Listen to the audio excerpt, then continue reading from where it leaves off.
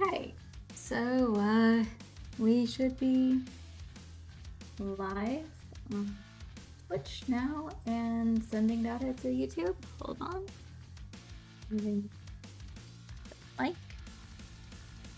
Okay, streaming on both Twitch and YouTube according to OBS. All right. Hi everyone, PixiePunk here. Yes, you see Palworld. However, the reason you see Palworld is because I am installing mods for Monday. This is just getting this set up for tonight's stream. Well, technically tomorrow night's stream for me. And when we're done, we will be, or at least I will be crocheting a couple more of these hexagons that if you look at them, come on, it looks like they are going and changing the direction that they are going in the process of going around the center, because it's like these kind of wingy wedges that make this hexagon, because I'm not turning it. So that's going to make it look a bit in the, you know, those little areas representing stars in the painting Starry Night? Yeah, this is a pretty good representation. This is Pulp Science Fiction by Muse2320 in her Sparkle Mock, which is a 2-ply fingering weight. Time being, I need to get these mods working properly, which means I'm going to go back and forth between going into the game here, seeing what I have this set at, because I like where the players nearby mini-map is. The opacity for this, I need it to be more like 25. Okay. The marker opacity is okay there. Scan range, showing names are good. Okay, I'm going to save this one.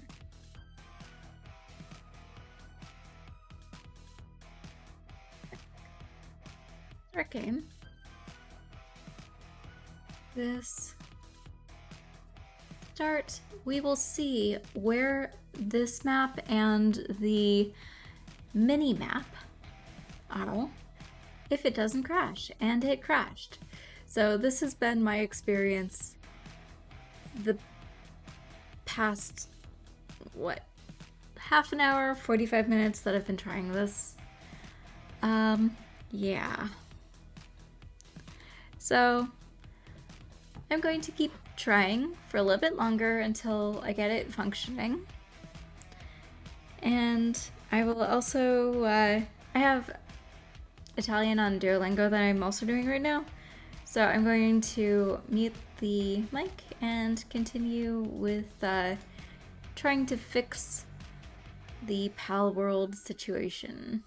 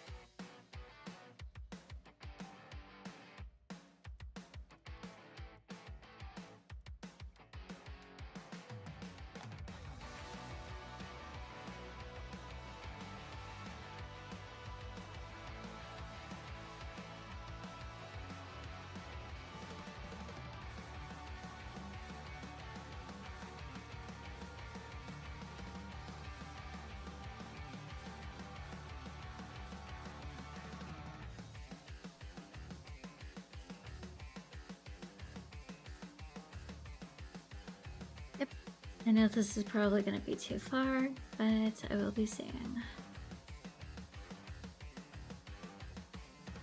Yes, way too far. Okay.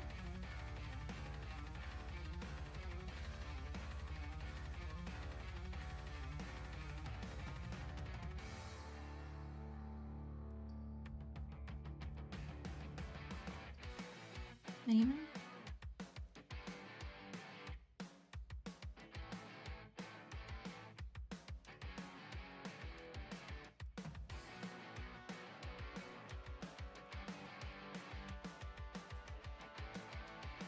This part is apparently the most frustrating part, getting them to line up.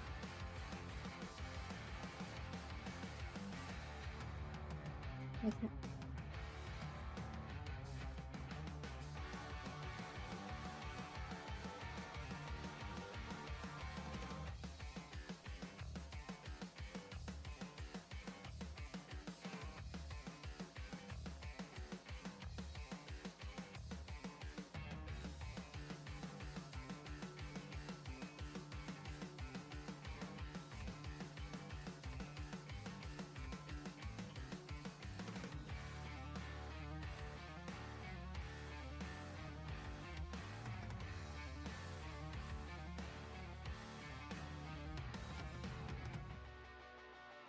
Close.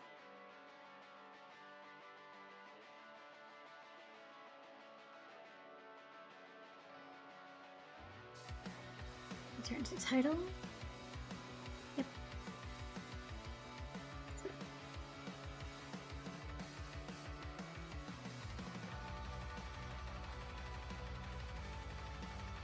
Yes.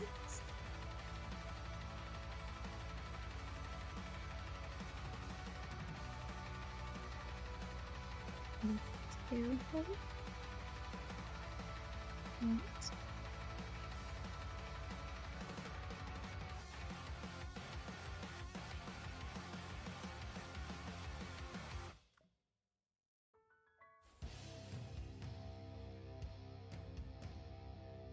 Almost exactly. Okay, I have it too high, so 81 might be the thing for that. I may have gotten this to a point where it's somewhat aligned. And I'm hoping adjusting the size of the game isn't going to mess things up.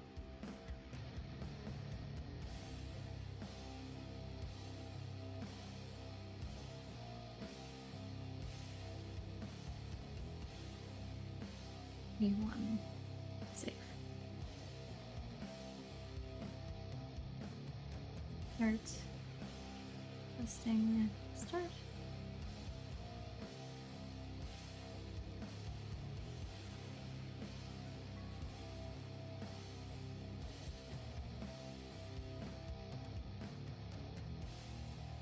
All right. The minimap is working, and the thing that's supposed to show where players are,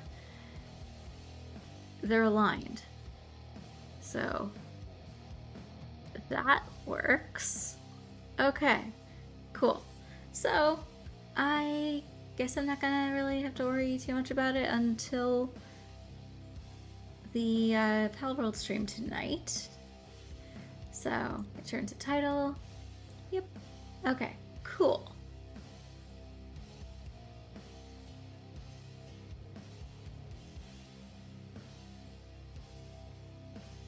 So now that that's figured out,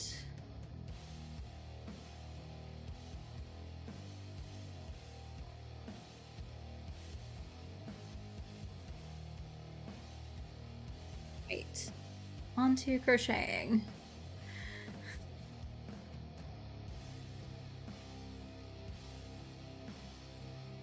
Umbrella had warned me that that would take a bit of work, so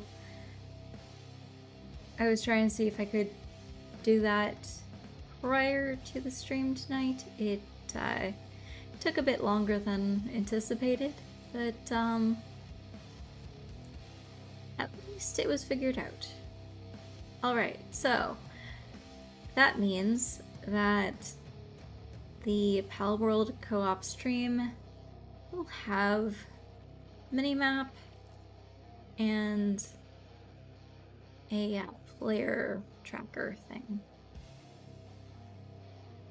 which she has found will probably be very useful, considering I keep glitching into mountains. I've been glitching into mountains since the first day we played the game. That was quite the experience. And now we have a couple of different methods of potentially me getting out of being glitched in mountains. One involves using the bases, because if I pick up just enough things to make another PAL box, if I get stuck in a mountain, I don't need to have the stuff to make the bed, make a floor, make a wall, at least make a ceiling so I can put the bed on the platform. Yeah, it should make it a little bit less likely for me to get stuck in places that I can't get out of without help again, hopefully. But that way, if I can't even do that, she'll at least be able to figure out where I am. And if she is off, like, fighting something and needs someone, even if, like, the person gets dead in game to the monster, they can stay there and keep the monster from, like, despawning. So, I'll be able to find her for that type of thing. Okay.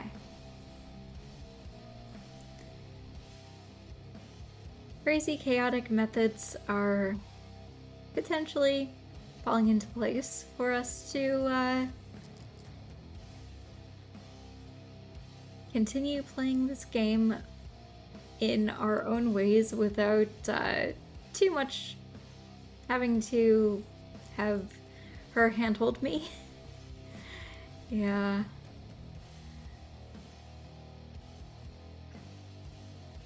Anyway, that's going to be fun. Tonight, Pal World. I mean, technically it is Monday morning. So, tonight's Pal World is going to be chaos, at least on my side of the stream.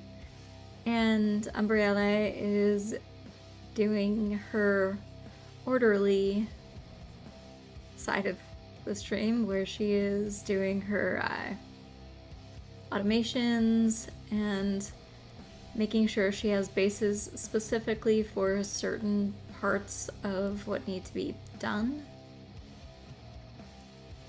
And we're still trying to figure out how to get the bases inventories to link properly, because it doesn't. It's annoying. Anyway.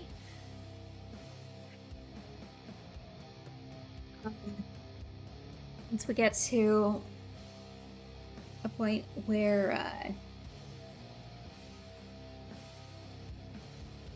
we've done all of the journey things, I think Umbrella has another game she wants to play, but she might choose to play that at another time or in another spot. Who knows?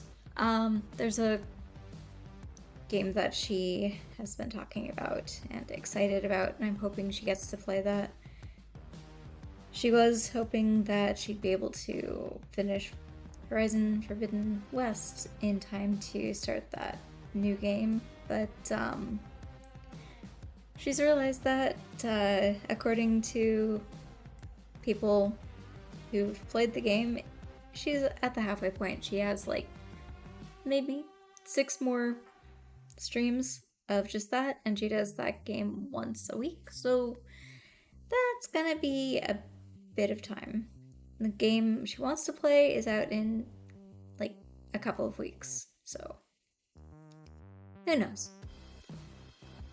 Anyway, I have been doing Duolingo. So for that I'm doing Italian. Drops I'm doing Italian and Latin, I think. I have a few other things that I'm doing where I'm trying to learn other languages. Through the library, you can actually usually get free access to Rosetta Stone. So, yeah, that. But, not much going on with me. What's up with you guys? If you, wanna have any, like, message in chat where you're going to tell us what's going on, what you're working on, crafty ideas, fun things that are going on in your part of the world. Yeah, please. Chat's there for a reason. Plus, if you chat, I think you get one of these little, oh yeah, right there, streamy dudes. Mine is set to blue from Among Us, but I don't know what the default would be. I think you are able to change that using the stream avatars little bit at the bottom of the description and everything on Twitch and on YouTube. If you want, I will link in the chat using a command so that it can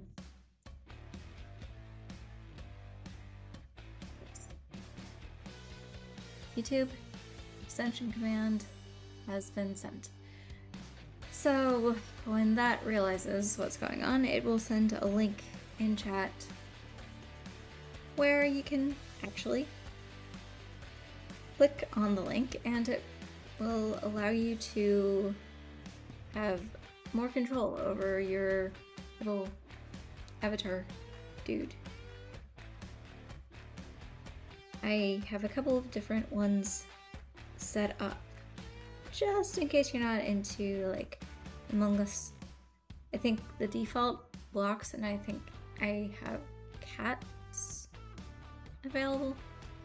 Anyway, yeah, that link right there in chat is the link that you can use to have a little mini browser controller. In fact, let me see if I can get that on this.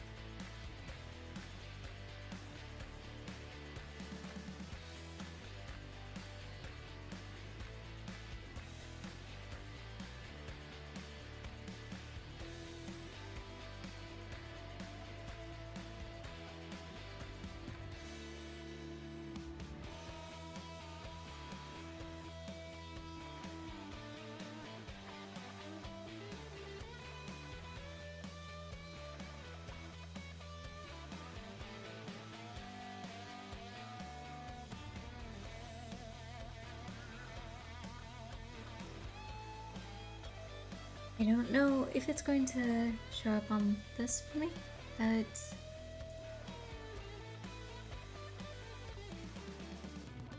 I can put this stuff here. Okay, cool.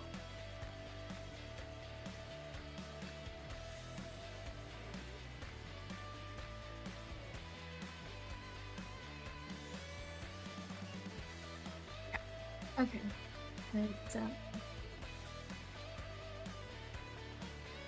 I'm going to click on this.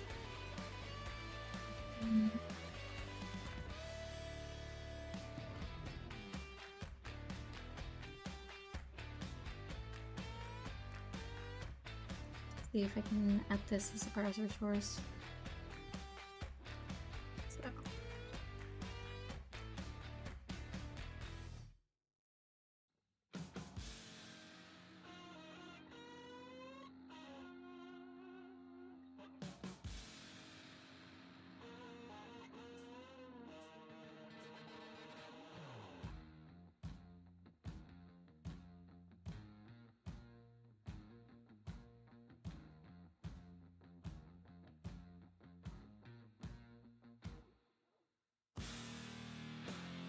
It ends up looking like that, and then you sign in.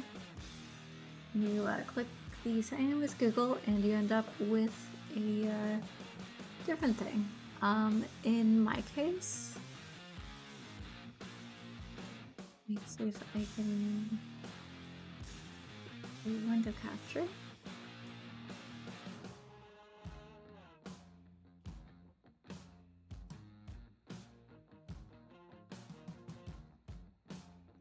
It looks like that for me.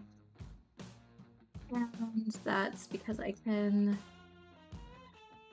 go with the Blockman, cat, an Among Us character. Blockman has all of these options. Cat is just cat. So, crewmate. Go with cyan. Okay. Kind of works with my hair color, which is turquoise. Like, it would be a darker version of this. Yeah. Let me that and that out of this. So can be that up. That I can adjust my character. There are things other than just the avatars. You can change the colors, you can have actions. There's a leaderboard. Yeah. I need to figure out how to get stream elements and like other bots off of it, but yeah. There are hats that are all like hats from the game.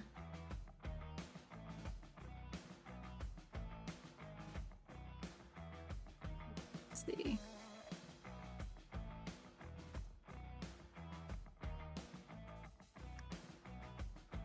I think this one will work.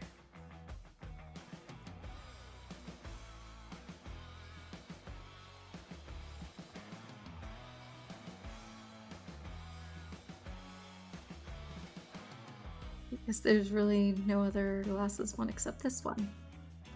Like that. I think I'll go with this one.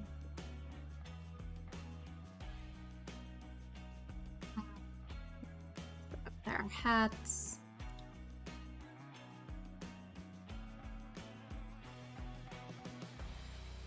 Hats.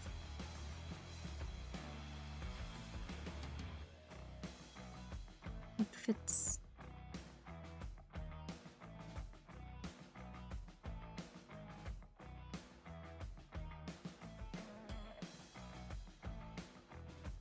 This one's like, somewhat my style. That or this. I'll go with that one. Okay.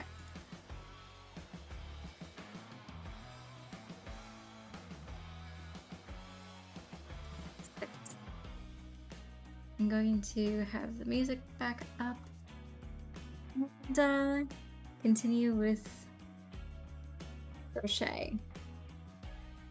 Now that I've figured out the Pal World mod thing and gotten it to align where I want it.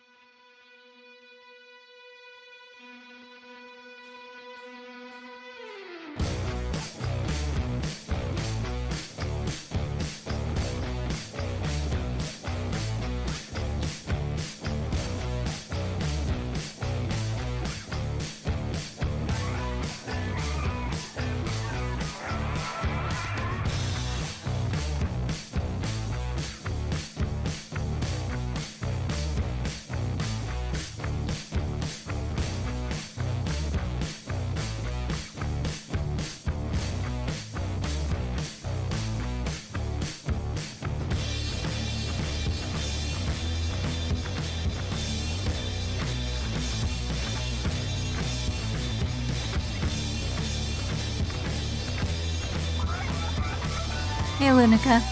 Lunacu. Okay.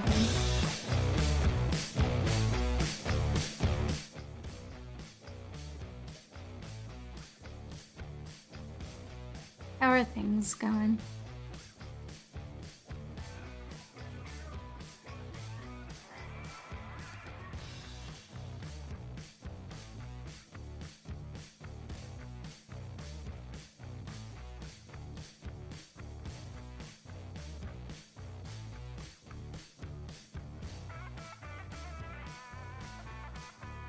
Cool.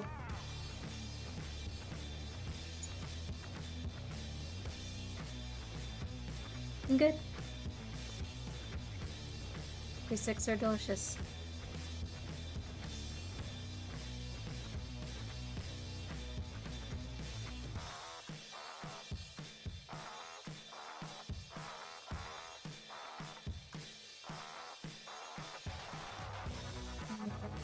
Just spent the past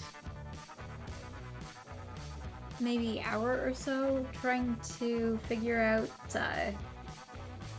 how to get a mod to align properly with another mod for Pal World for tonight. So, yeah, like the Monday night stream.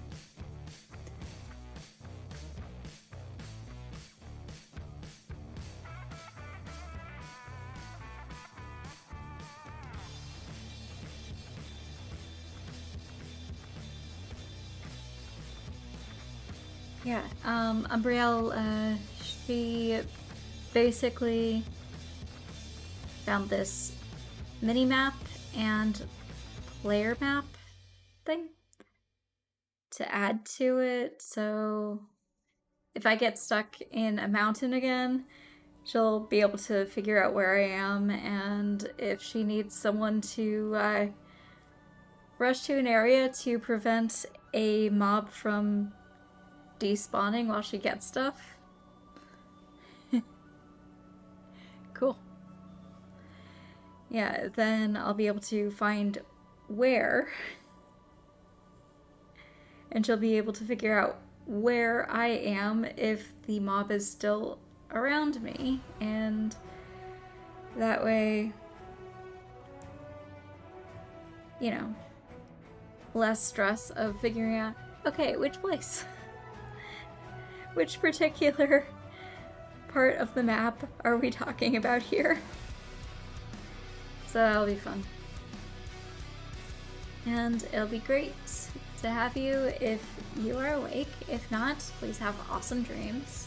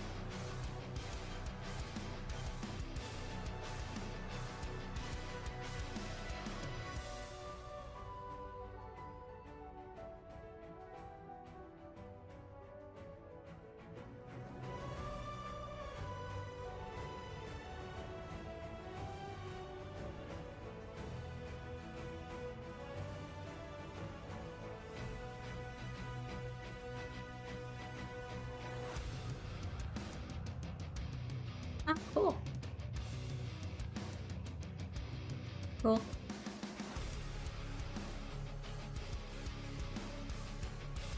So, very much a spring cleaning-esque day. Nice.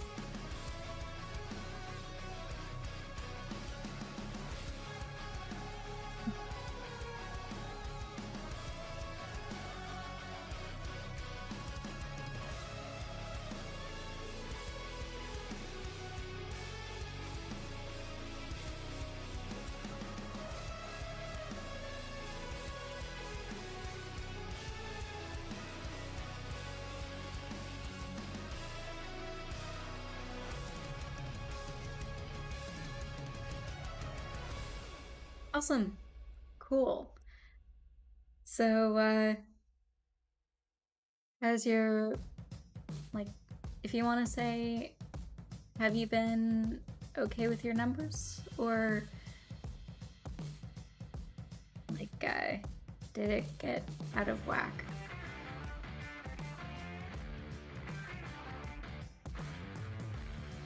But, yeah, you don't have to say.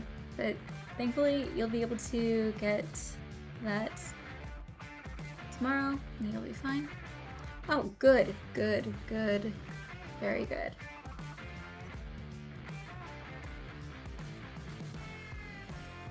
So, yeah. Stuff stays in your system for a bit, so you probably still still have a good amount still in your system, and then you'll be fine. Tomorrow, you'll get the stuff, you'll get exactly what you need, so it won't be a problem anymore. And then do the math to figure out when the next day is that it will run out.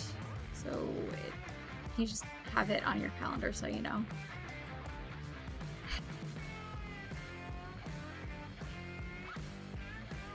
I understand. I've been there.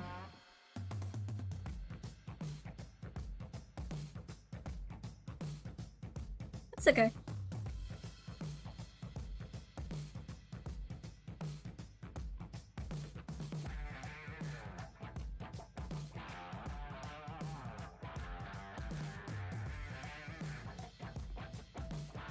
Now you just know, double check with your calendar. When you get the stuff, make sure you've got, like,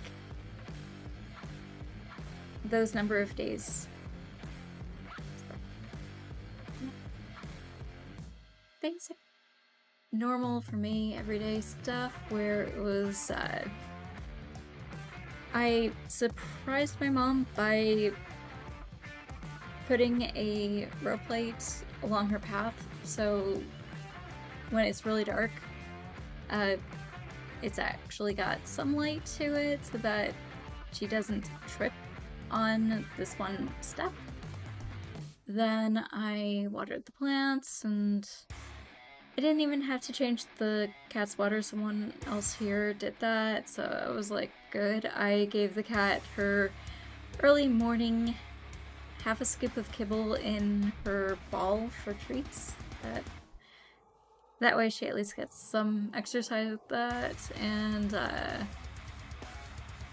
I've been trying to get a few things together, but then I ended up crashing because I pretty much was up until around 7. And then woke up around like 3. Gardening, getting some more gardening stuff done.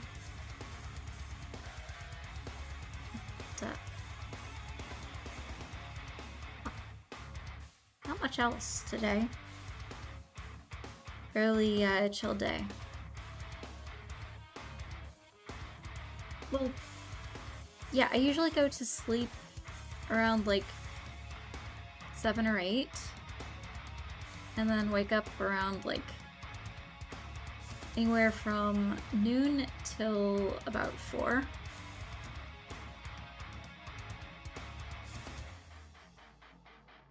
Cool thing is that gets me to avoid the heat of the like midday, and I can do the gardening without scorching the plants.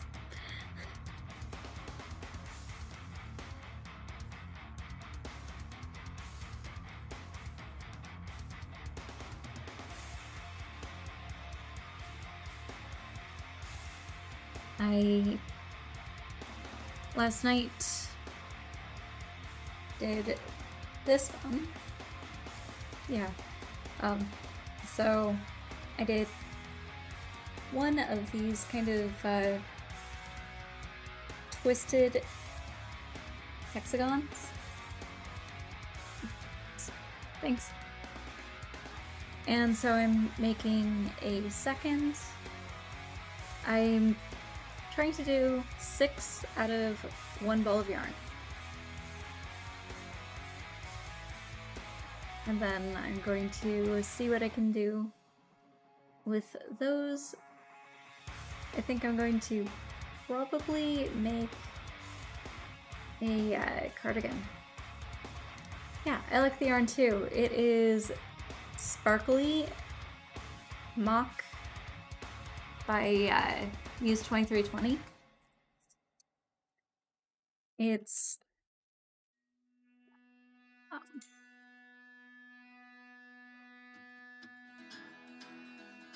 Muse 2320, and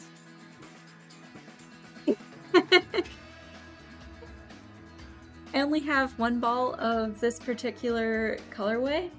It is one of the kind of themed ones for this year. She has a monthly Sci-Fiber is the name of the set. This is the January one, which was pulp science fiction. So I got this and a mini ball that's happening here.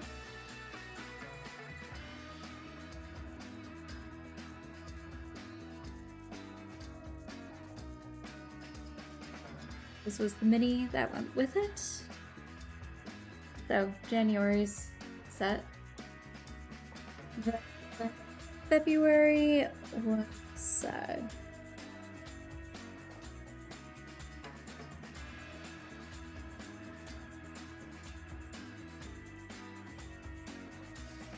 this green was the mini, and this blue is this is based on Hitchhiker's Guide to the Galaxy.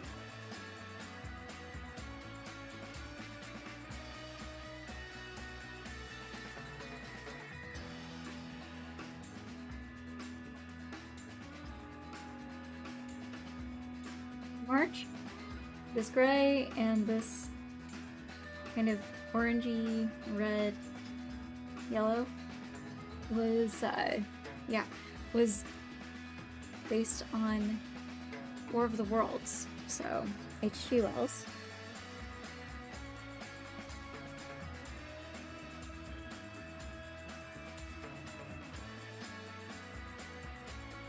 And this darker blue and this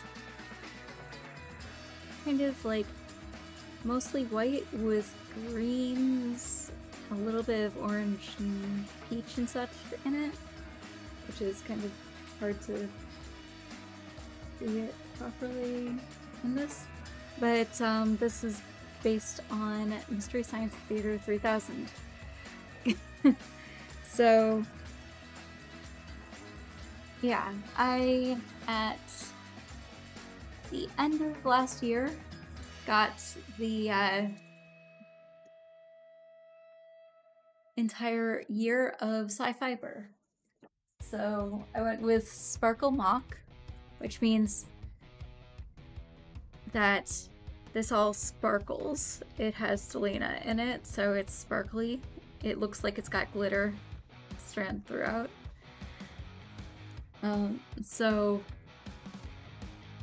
yeah, I was like, okay, I get the option of either not sparkly or sparkly,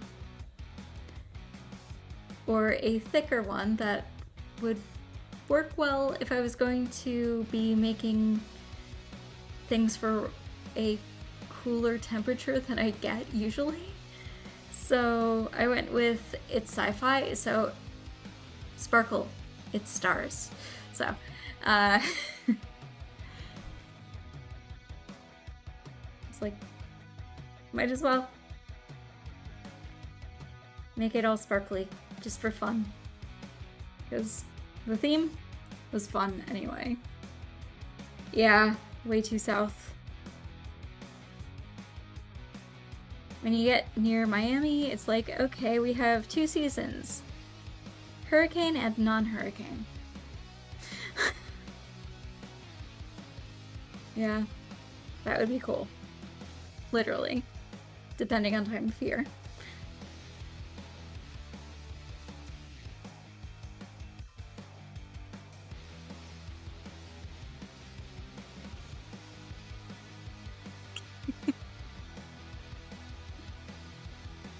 Let's see.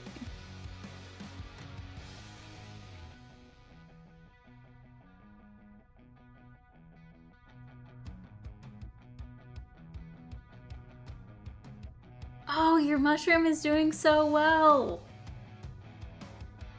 That is so delicious looking. I am so glad you got that. Oh, and I have a cat that is on a table that she's not allowed to be on. Hold on. Okay, never mind. She realized she was doing wrong and skittered off to the other room.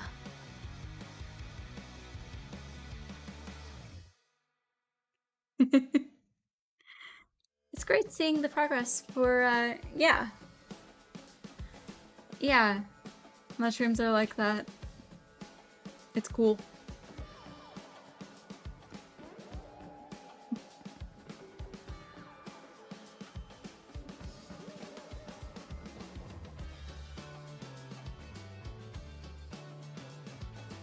Awesome. So, have you grown any, like, onions to also go on that pizza? Because those are really delicious and they help keep the aphids away. Onions, scallions.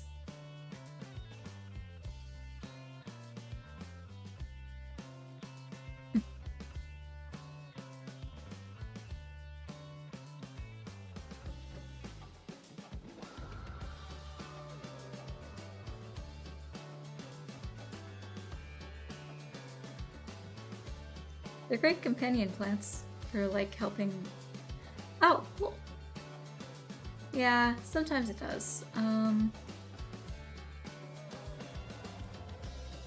I have garlic chives in one of these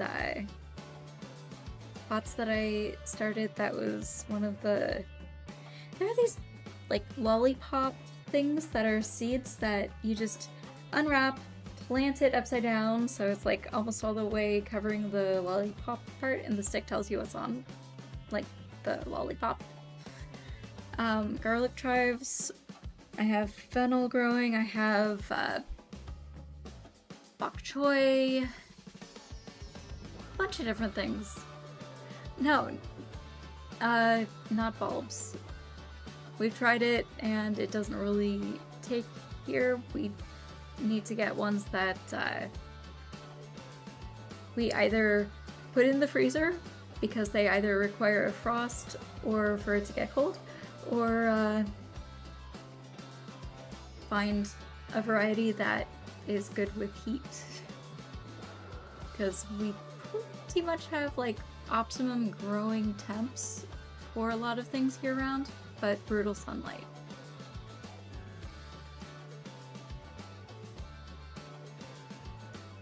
Okay, you can potentially grow it on, like, your countertop.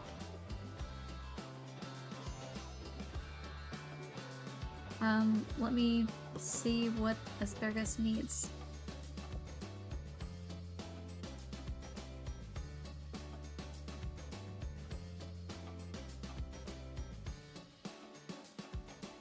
Okay.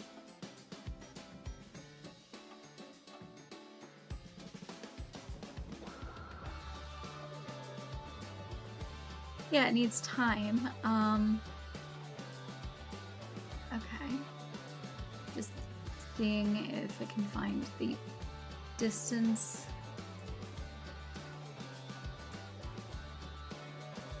Okay. It's herbaceous perennial, which is cool. It can grow 3 to 5 feet tall. Wow. Okay. You might be able to in a indoor. Yeah.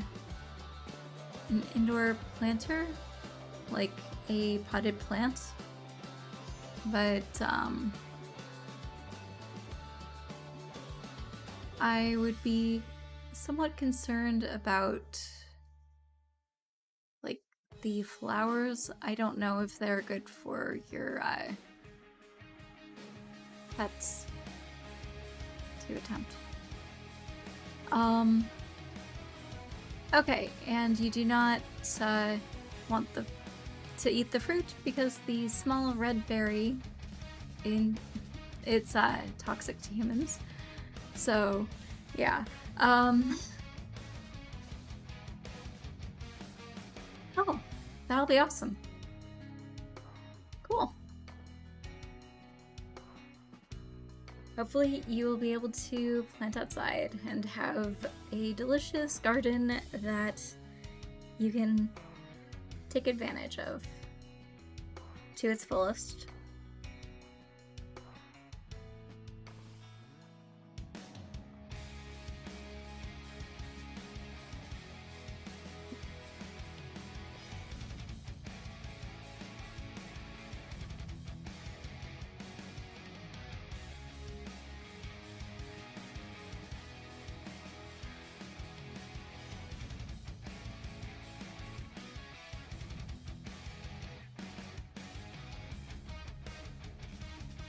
It's pretty tall, asparagus, so probably not a countertop garden, but if you have like an indoor plant pot in the corner somewhere, you can also see what companion plants work well with it.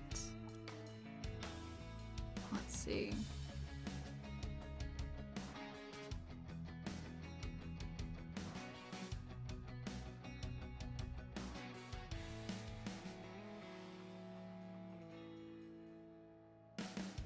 Okay. Oh, cool. That should be perfect then. It says good companions for asparagus, tomatoes, basil, dill, parsley, lettuce, carrots, nasturtiums, and strawberries are good ones to also like grow along with. So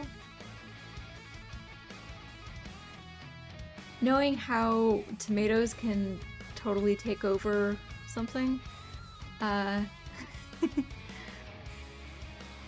say parsley is probably a good one. The carrots would be great because the up part is like really thin. Cool. Totally understand that. So, yeah. Let's get the gardening skills up so you can bring plants that are ready, are fruiting, and have it so that when you get to your dream homestead, you're good. Oh, awesome! Cool. What type of side business is that?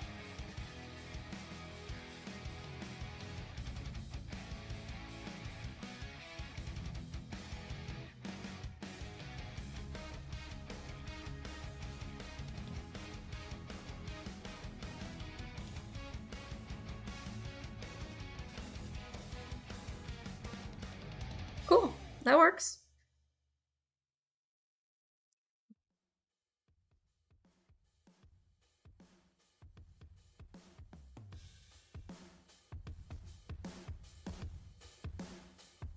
So, like, cool. You not only get more experience with animals of potentially various temperaments, you end up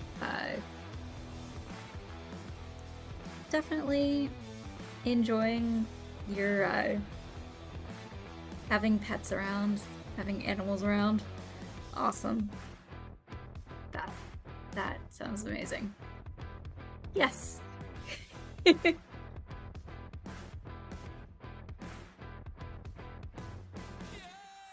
It sounds very fun. I'm glad you guys have a pet babysitting business.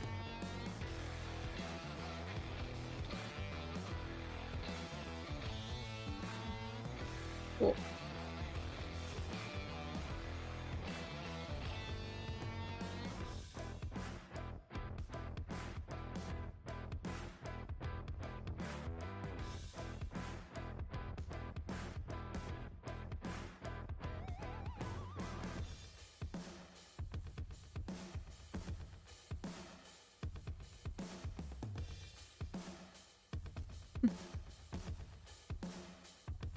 So, yeah, you definitely the type that will be pretty much loving life with a homestead, potentially with a whole bunch of different animals, a whole bunch of different types of animals, and growing a lot of your own food. So, yeah, awesome.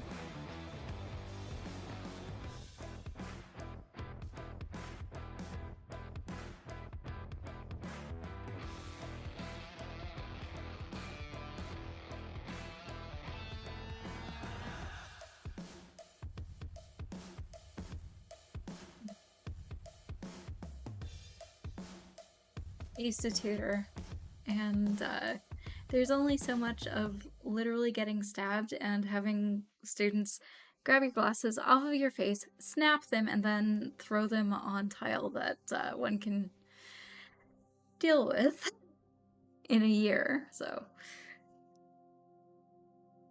there's that. And cool.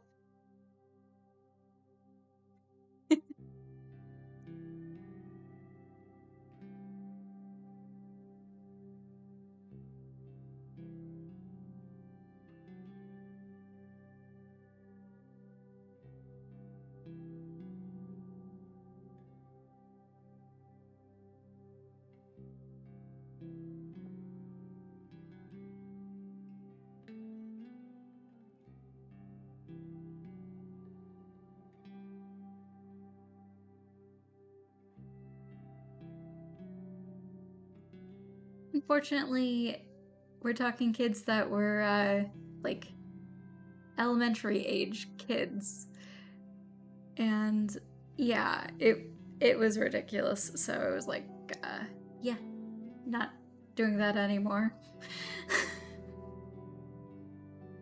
And the last student of mine, I had been prepared to teach basically for the next school year because she was homeschooled. They didn't tell me, yeah, I'm not a people person either, but they didn't tell me, like, when I was going to, like, tutor her the first day that they decided they were just gonna put her in the regular school. So I was like, okay.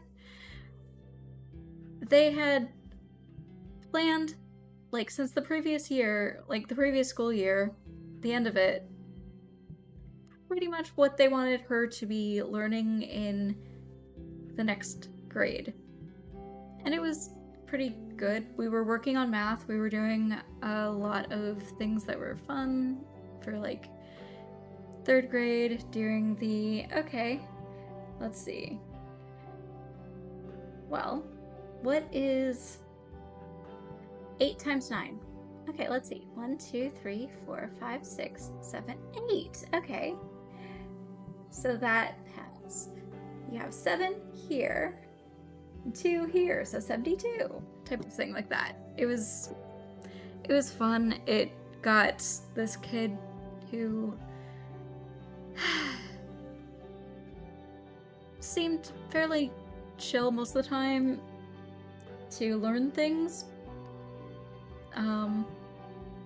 I was able to get her to finish the section of the book she had been working on.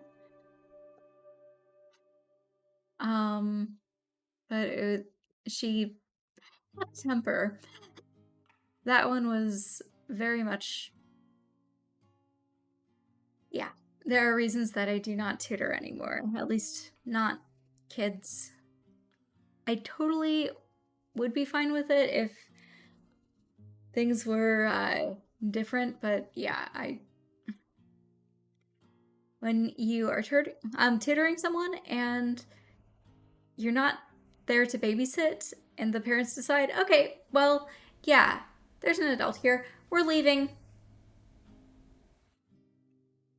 They don't tell you when they're gonna be back. You have other gigs after tutoring this kid, and you have to wait until they get back before you can go. It's just, yeah. Situations like that were just very much, yeah, I'm not a people person normally. I could get along with this kid when the kid wasn't having a tantrum, because she sometimes just did not want to do her work. But yeah, there were a few other kids. There were some fairly chill kids. They were very few and far between, unfortunately. But tutoring as a private tutor, probably not going back to that. So, yeah.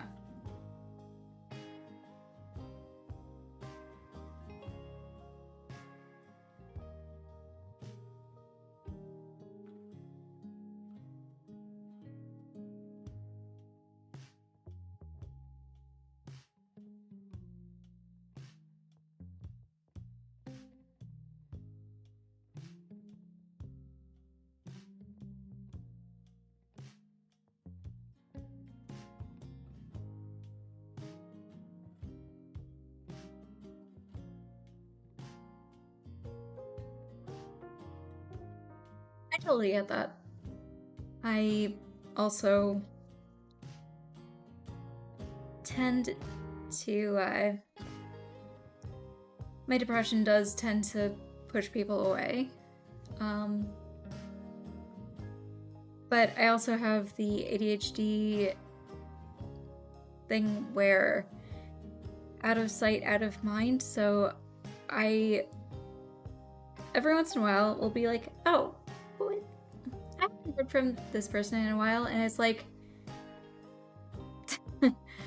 I end up having conversations, and I'm like, okay, so I'm looking through the text messages that we sent, and I'm like, the last time I spoke to this person was during the pandemic, early pandemic.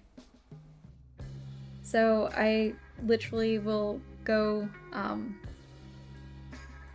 check out their social media just to be like, making sure they're still alive, but not wanting to impede on their lives. So, yeah. I'm the one that kind of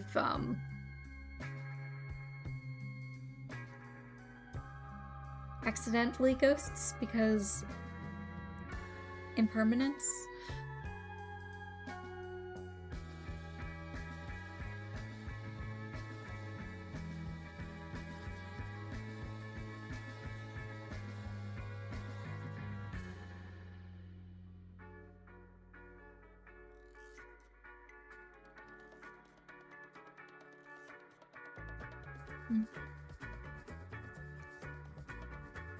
I thankfully hardly ever feel lonely. I do know a few people who do feel lonely. I hardly ever, like, miss people. But, yeah. Honestly, during the pandemic, I absolutely loved the fact that I could avoid people. For me, that was great. got to do some gardening and did the composting, and I was house sitting for a relative, and they basically were like really chill about it, and like one of the relatives was moving out, the other relative was moving in type of thing. But the one that was going to be moving in realized that the house no longer suited her needs. So the person who had been renting, who was another relative, when they moved out, they told me that I could pretty much keep all of the stuff. So I ended up with cast iron and like some crafting supplies, and they offered to keep the internet there for me, and I was like, I'm good. I have a hotspot that I use.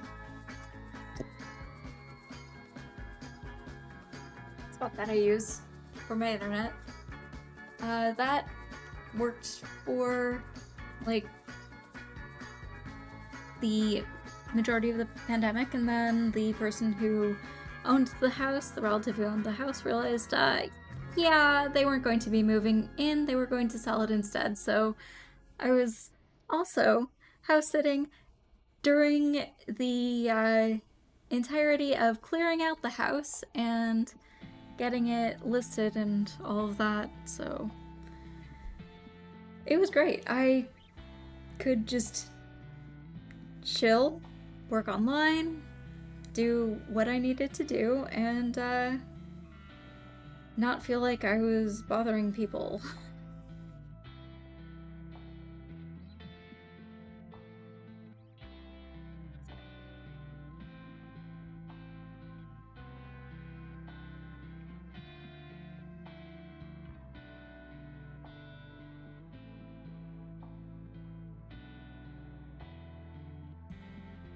Yeah, that was great for, okay, currently I do a lot of the, some people call them beerwork sites. So I'm using things like Amazon Mechanical Turk, and I have a few apps that I use that I get paid to either test games or play games, and I am making enough to make my bills, no problem, and I am trying to get some patterns tested so that I could, start selling those digitally, so I won't have to worry about filling in inventory. But yeah. There was a while there I wasn't doing much in Turk because almost everything was training AI, and I noticed that some of the stuff you would basically be giving away the rights to your likeness and voice, and since I've done a little bit of voice acting and I knew I was going to at some point get back into streaming and such, I wasn't going to risk that. So I was like, yeah, I'm going to avoid this for a bit.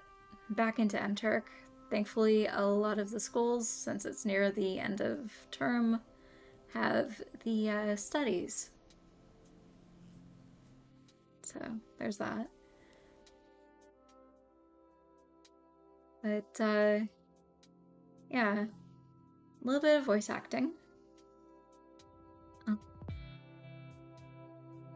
Yeah, though most of that's been just for people I know, so I didn't expect to get paid. I have, yeah, it used to be. Yeah, and they haven't been giving out any of the master's qualifications since I think it was like 2017. So No new master's qualifications. But yeah, doing that. I know of a few other sites that I've managed to get some of the stuff through, but it's just... I'm going to start getting back into my fractal art and put it on Spinflower, so really trippy bags can be made and trippy art just using fractal art that I make for fun. Let's see, there are a few other things that I have in the works, such as recording music.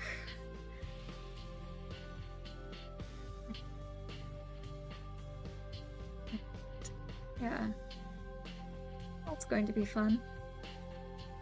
At some point, hey, it's, I literally grew up in a musical family where, let's see, one of my grandmas was never taught to play instruments. She taught herself piano. She basically was the pianist and organist for her church when she was little, and kept learning more. And then when they moved, like her family moved to California, and one of her older brothers opened a music store, she basically taught a little bit of piano.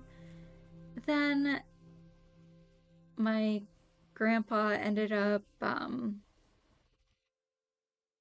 wooing her to go back home to Arkansas from California, and he married her, and then they were moving around with the Air Force, and so there's that. My dad was born when they spent some time in California. One of my uncles is a recording engineer who knows like 20 plus instruments. He's also recording, like a studio musician. Then, let's see, I've got my bio dad, who is a church music minister, and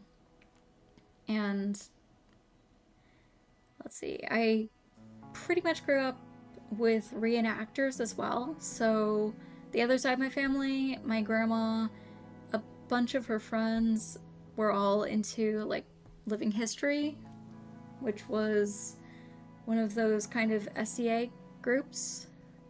And so it was SCA adjacent, but when I was in 6th grade, I was homeschooled for 6th grade. And my kind of, when I was done with all of the work within the first few months, I basically started taking other side classes or side quests.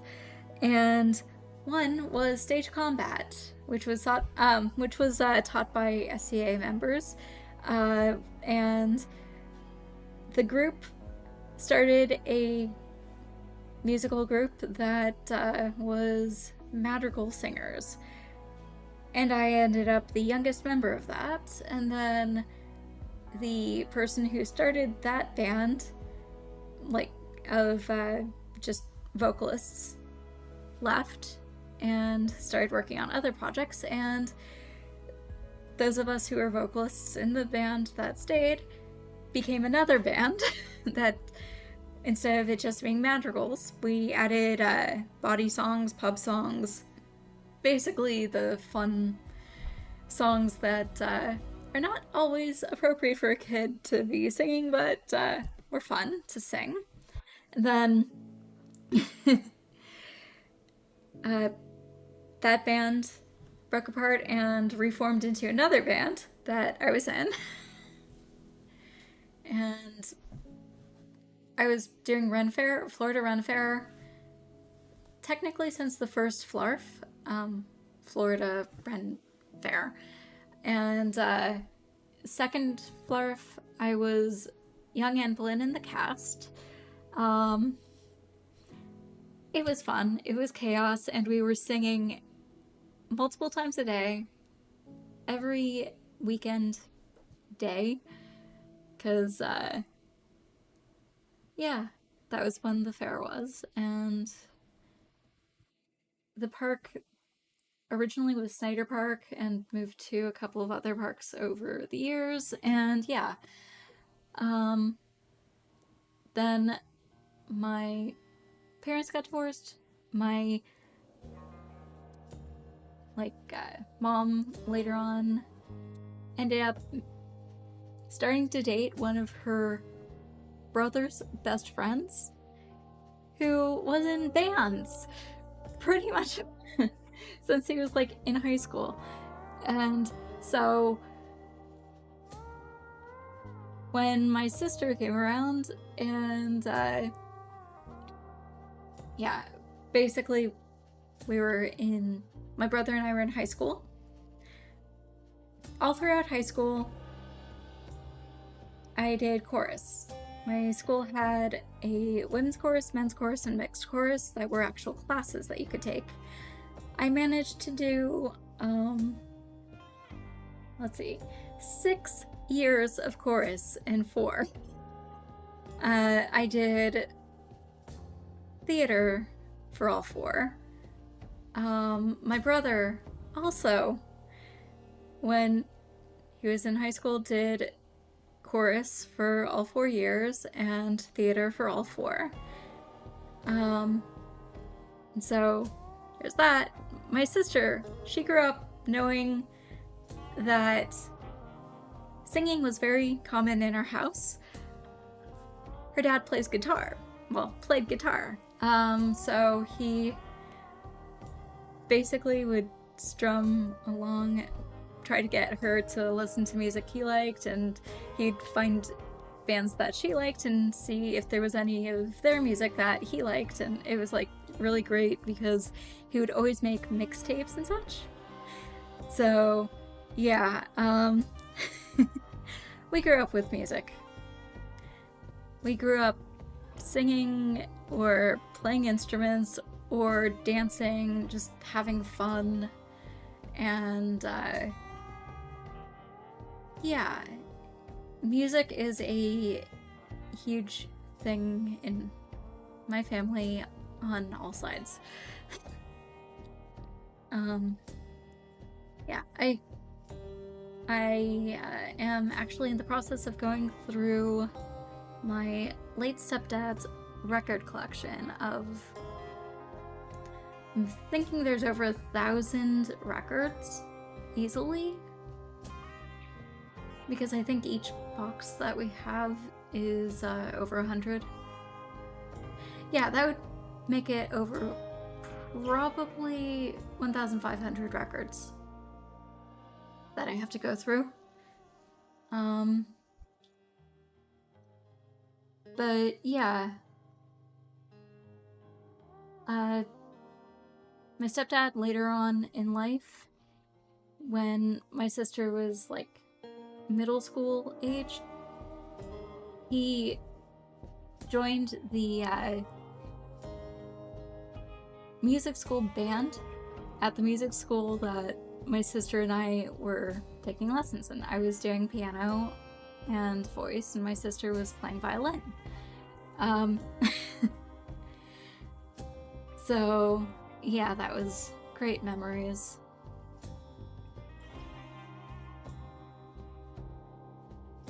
He's a great guy. A great dad.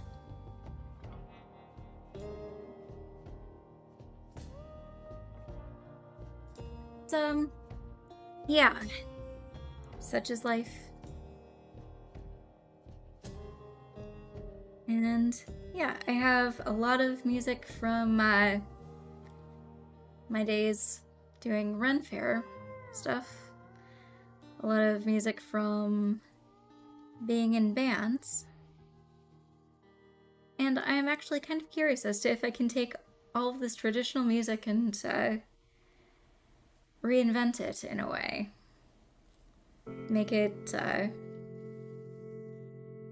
don't know. Some songs I think would be great trance, some would be great as metal anthem types, and then there are some that are surprisingly very, like, timely. So, it'd be fun to just make those songs and see if I can put them out there.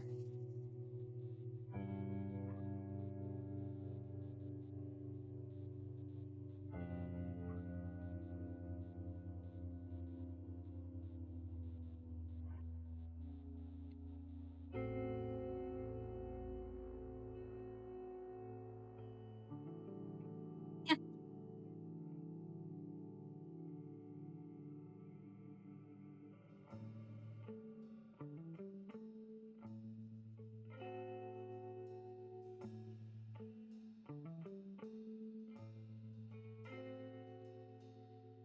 Also have a neighbor that's been asking me, like, so what instruments do you play? Because she just got herself an electric guitar. I recommended a game that could teach her.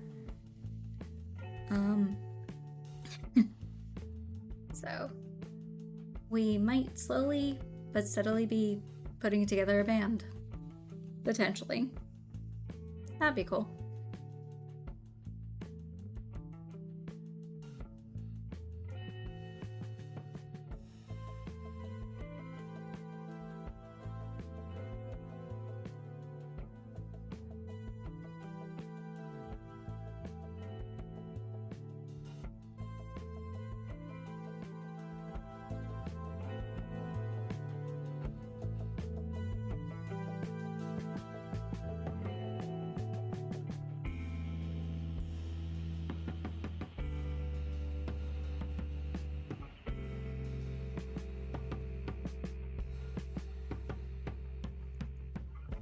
Yeah.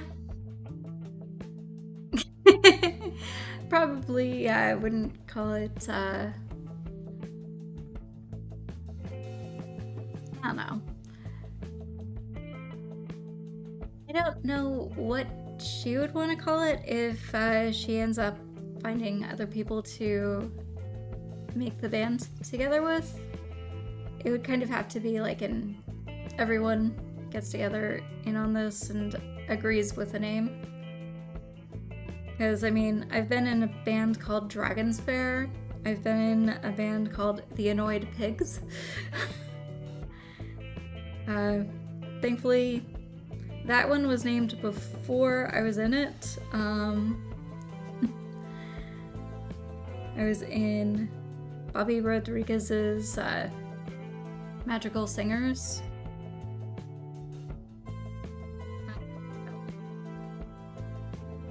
Yeah, there have been a few different bands with very interesting names.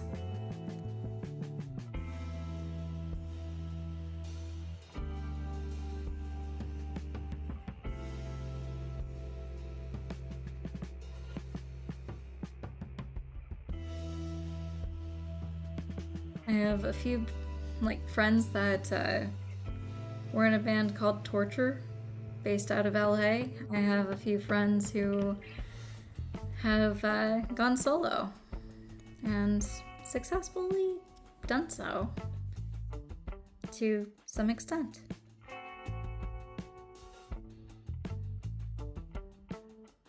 A friend of mine, her brother is a folk rock artist, some guy named Rob. So, interesting names do exist for bands and such, but it's just, if you're part of a band, yeah, I'll kind of need to agree with the name, and options can be very out there.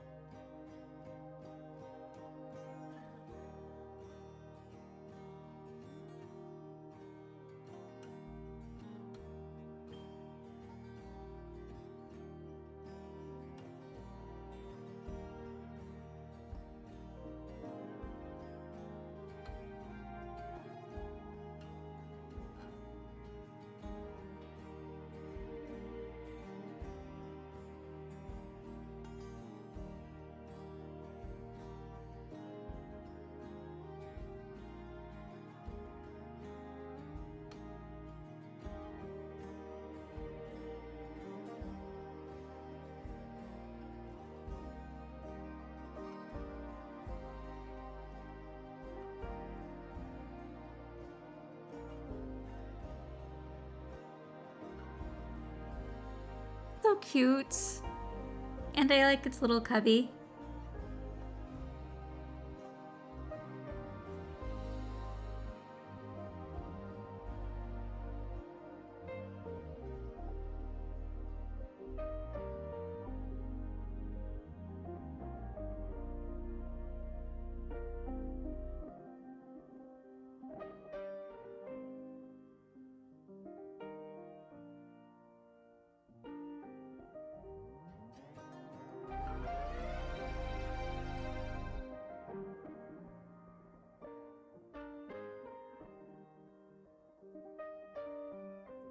Very appropriate name.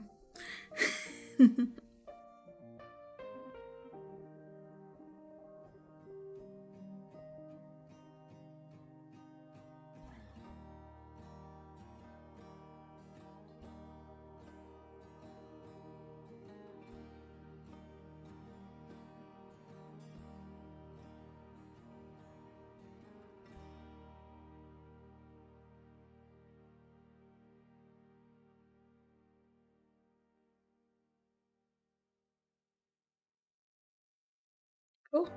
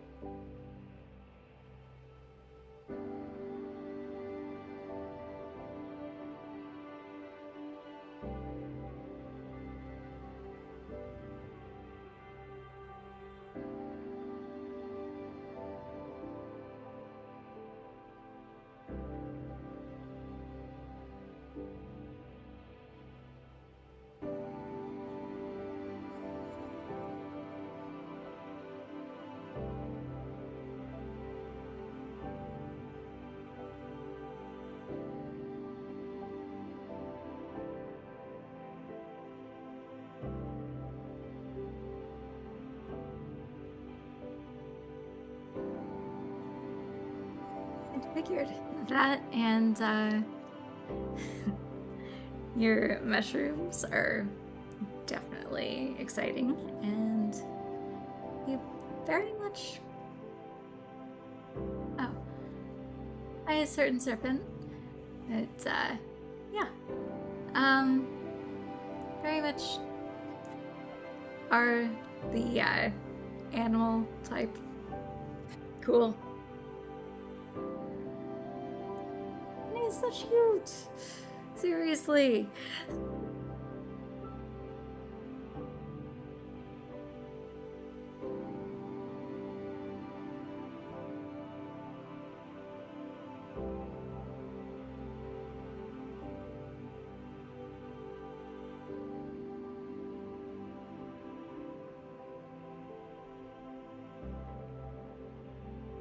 Yeah, it's a gateway fungi thing.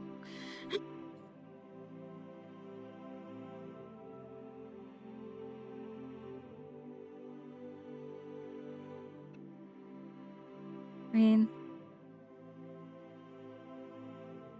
yeah.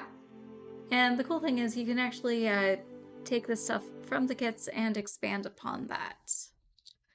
So you have the start that you can use that to then start another mycelium area.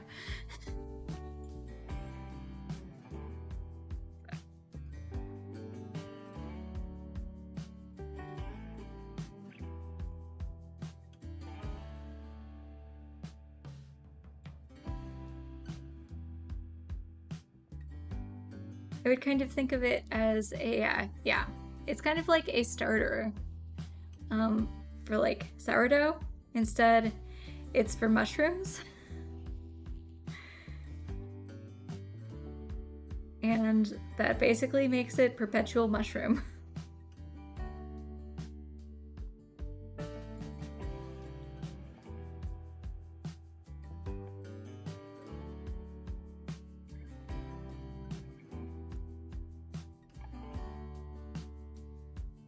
And then if you ever get into raising fish, you can basically feed them duckweed, which grows at a rate of doubling every... Yeah, yes. Buttons, baby bellows, yeah. Oyster ones as well are really good, and they're great for breaking down things. So if you put them in like compost, it will break it down, and you'll end up basically with insane amounts of oyster mushrooms.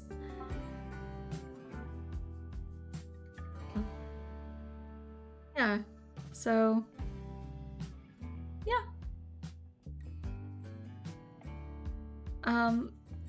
If you end up raising fish, go with duckweed, because it, like, use that to feed them. Yeah. And then duckweed is great for feeding fish. They can all eat it. It also grows at a rate of doubling itself every day. So you start the growing of the duckweed before you get the fish, and then when you have fish, you're feeding them the duckweed and making sure they only eat like half of it, or less than that, until you have it basically to half of the duckweed to the fish every day thing. So you end up with that. Feeding the fish, and it is technically, I believe, a lettuce. So a water lettuce.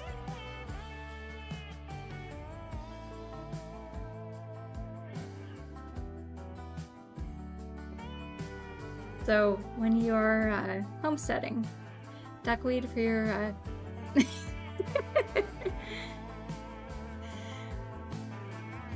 for your fish can potentially make things fairly chill and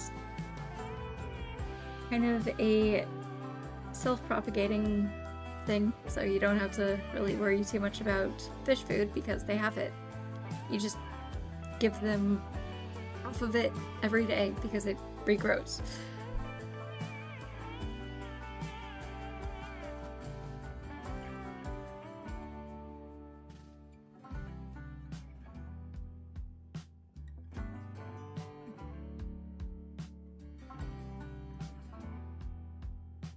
Say we are the fae that take care of the gardens, and you are also a fae of the animals, so yeah.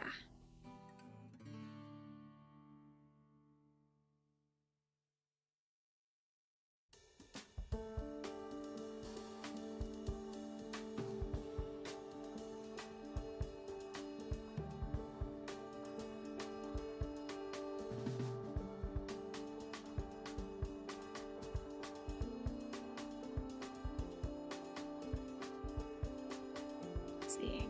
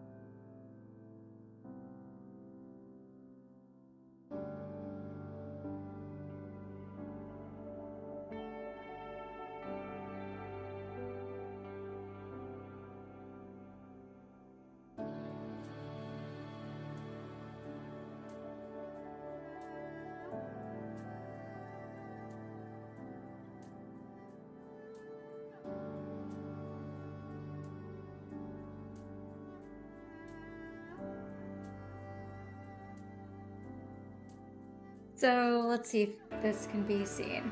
Okay, giant fae with like tiny fae bunny and fae mouse. And these are your wings. There. So yeah, I think you're good. At least this is my mental image of you. And I have to figure out like there's simple quick sketch. Let's see. I kind of have been to Butterfly World a few times, so I've seen a bunch of different types of butterfly and insect wings, and those always stood out to me as being very useful.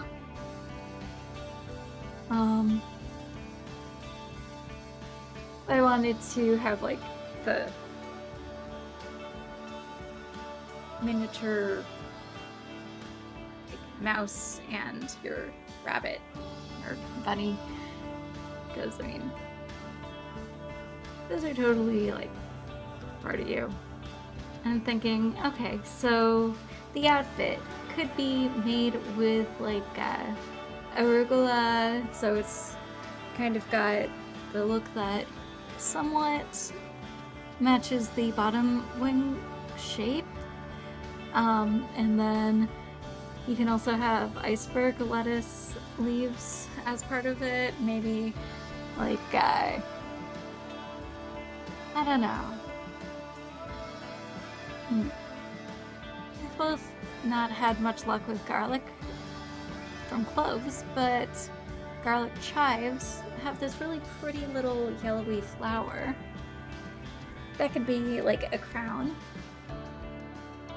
And yeah, it would work with your mouse and bunny. Mushrooms. You could have like a mushroom like spore bracelet and maybe little mushroom earrings, and maybe if you need a hat, you have a mushroom cap hat. Yeah.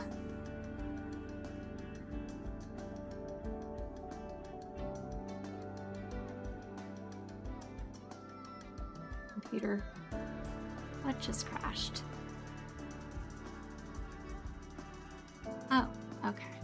Somehow I accidentally hit print screen with my ball of yarn.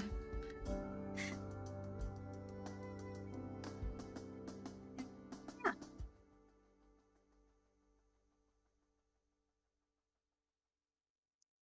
I try to imagine everyone as their most magical being.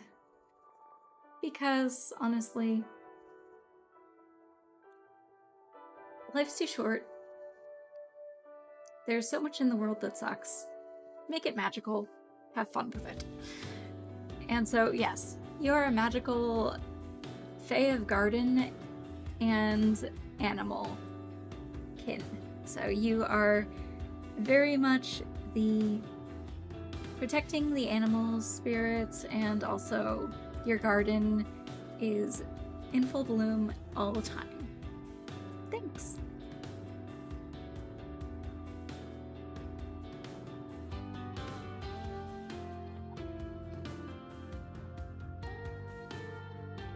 Sometimes that can just change an outlook a little bit. See things as like magical or paranormal if you're thinking, you know, that would be better as a ghost type of thing. Or I wonder what that guy would be like if he was actually a vampire. Because if he was a vampire, that would make so much more sense than just the way this person is right now. And I mean, really? So if he was a vampire, what type of vampire would he be? There are so many different vampire types throughout the entirety of vampire lore. So, yeah.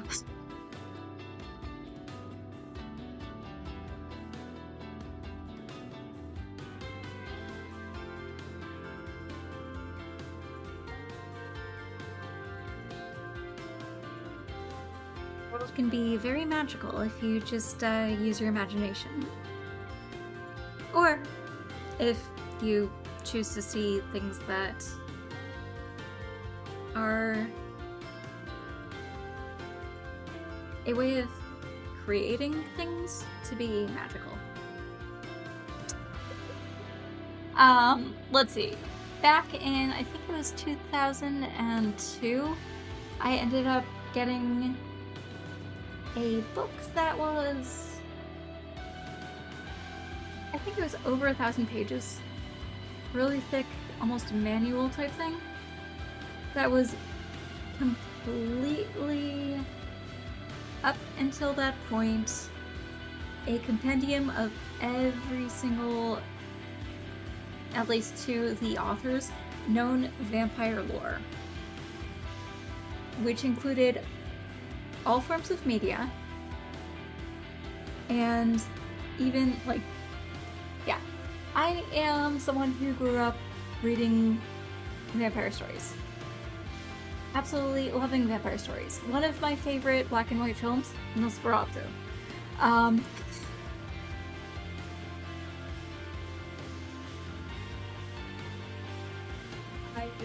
have always found vampire costumes to be incredibly easy. Let me see if it's able to be captured on camera. I have like a couple freckles right here that are perfect for the vampire bite thing. That a easy, quick Halloween costume. Literally, vampire victim, fake blood. But yeah, I like vampires. Kind of always have been fascinated by vampires.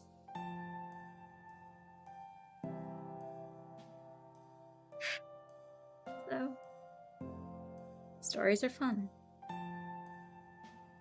Yeah, I also have like the entirety of the Interview with a Vampire book series by Anne Rice in one book. So that's one of the 3 books in one that I'm going to be reading this year. Yeah, vampire stories have always fascinated me.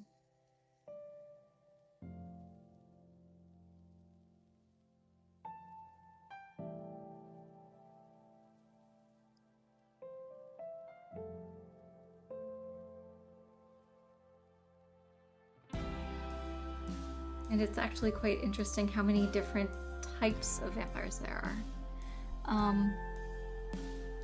The best media thing that goes over like all of the different types of vampires, unless you do, I guess it's Vampire the Masquerade, is what we do in the shadows, or what they do in the shadows. It is, first off, a hilarious movie, and then they made a TV series. I believe it is Taika Waititi was the original director for the movie. He was the writer. It is hilarious and goes over so many different of the vampire types, including the Nosferatu, Lestat, I guess, was it Edward or Jacob? Because I never could get through the first Twilight book. Yeah. What We Do in the Shadows is amazing. It is hilarious. And I would definitely recommend it. I would also recommend, there are a few points that it's like, okay, you do not want to be drinking or eating at just because you'll just start laughing, and I don't want you dealing with like soda going through your nose or anything, like, because that's pain. But yeah, it's a great movie and from what I've heard, the series is great. I don't watch TV. Yeah. But yeah, it's a good movie. Hope you enjoy.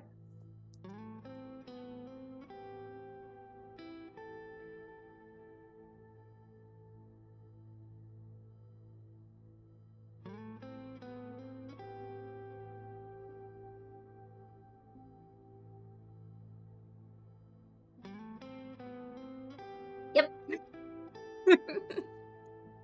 Yeah, it doesn't spike me, so I'm like, add butter to it? Awesome. Added butter to it, and yeah.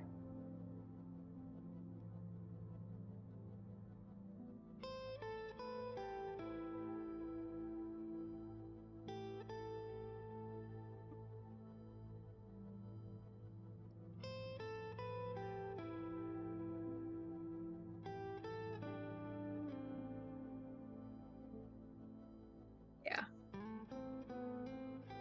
It's mostly fiber, so if fiber doesn't affect you much, then you should be pretty good with it. Type of thing. I mean, I know people who are very much in the keto camp that literally the only reason that is like, yeah, it's great.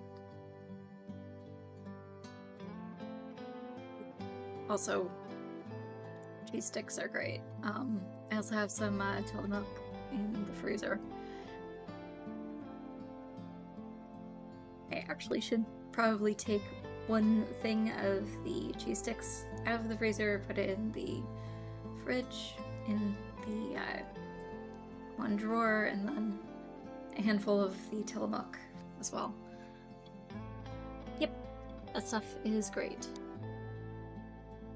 Yeah, protein and fats are pretty good for me when it comes to keeping my blood sugar down. So that's why copious amounts of butter in popcorn. I have never been a fan of kettle corn, so yeah. Cool. Enjoy your salads.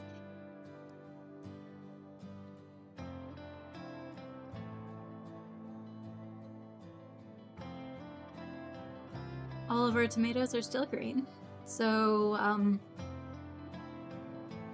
I've been sneaking some of the arugula that I've been growing when I'm watering it, because, I mean, might as well. And since the tomatoes are still green, yeah, I can't do kettle corn. I've never liked how sweet it was. Anyway, that worked out for me, I guess. But,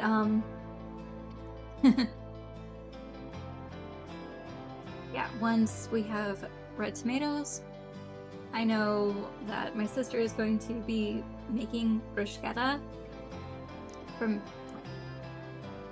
what we have, and that is going to be amazing. We have basil, we have thyme, we have oregano, we have parsley. Cool. Awesome. So yeah, with cinnamon, I used to just do regular popcorn and throw cinnamon in it. Weirded out my family. Huh. Anyway, yeah, it is good.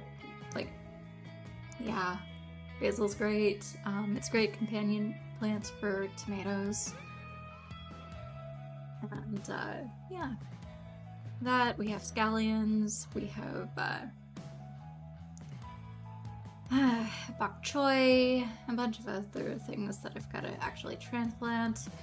But yeah, so there will be meals that will involve those foods that I have been growing from seed.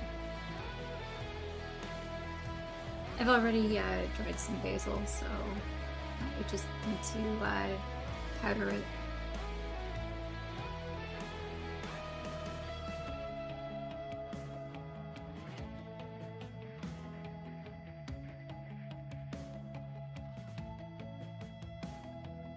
And then also need to do the same with the sage and thyme. Yes, more popcorn.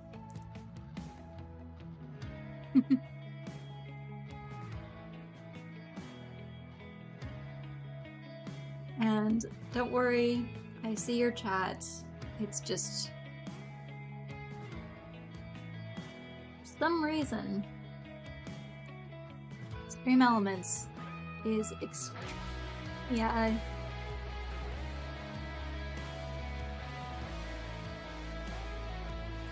overreaching.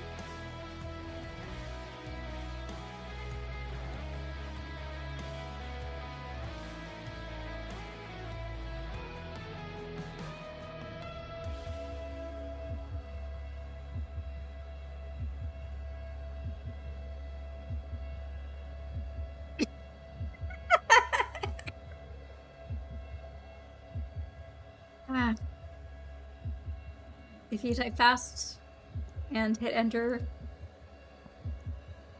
I'm pretty certain it will do the same again. It's just Stream Elements is like that. And I don't have an option to adjust its settings with my setup currently.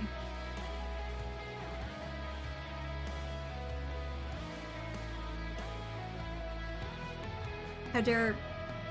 Okay. Quite certain the answer is quite easily.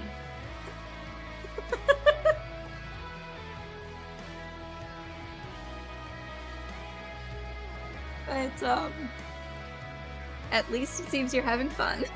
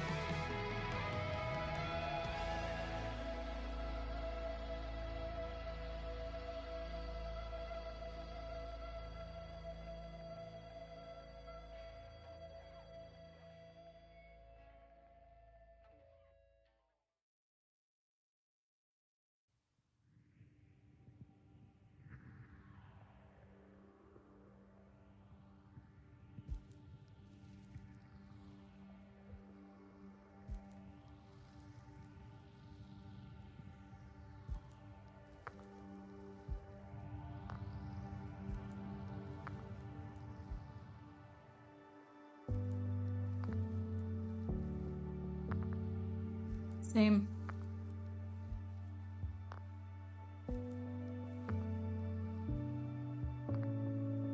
Also, like the progress pics you keep sending on the Discord.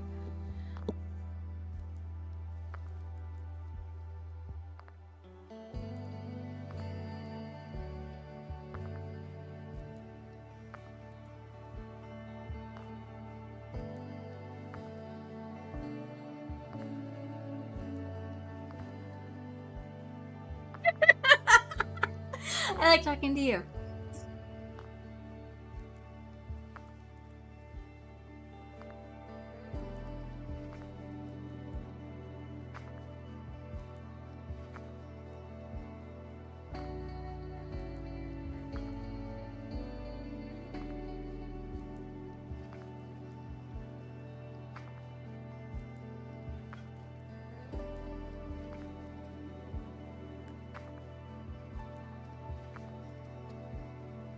That's awesome.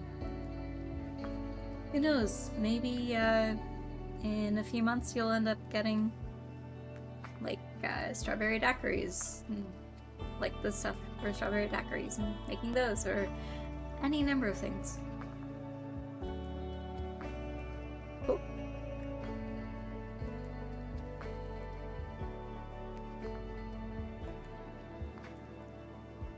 That is a great way to start a strawberry garden.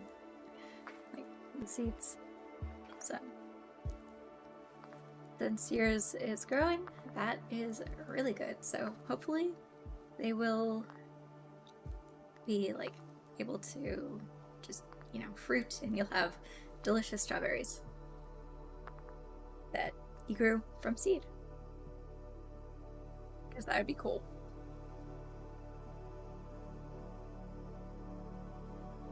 Yeah, they'd be great seasoning.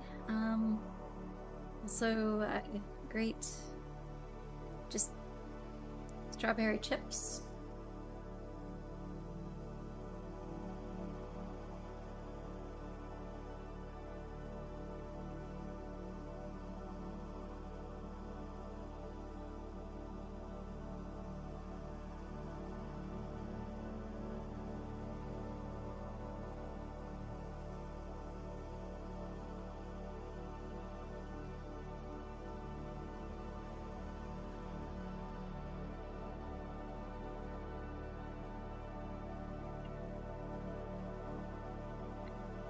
Cool.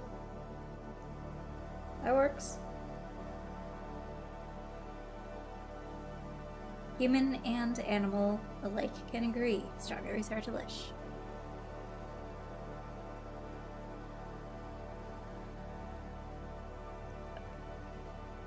Something to keep in an indoor planter so that you can have them year-round. So your guinea pigs can have perpetual strawberry snacks, and same with you.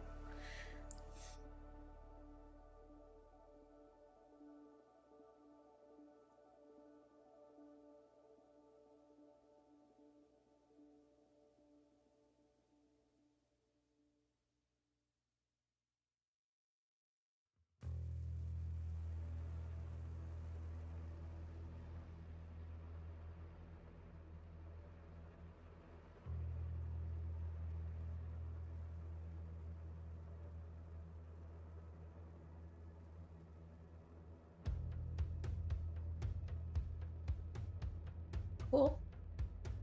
I think one of the lollipop seed things that I yeah, I have that outside in one of the planters that was just one of those lollipop things that had a bunch of different types of seeds.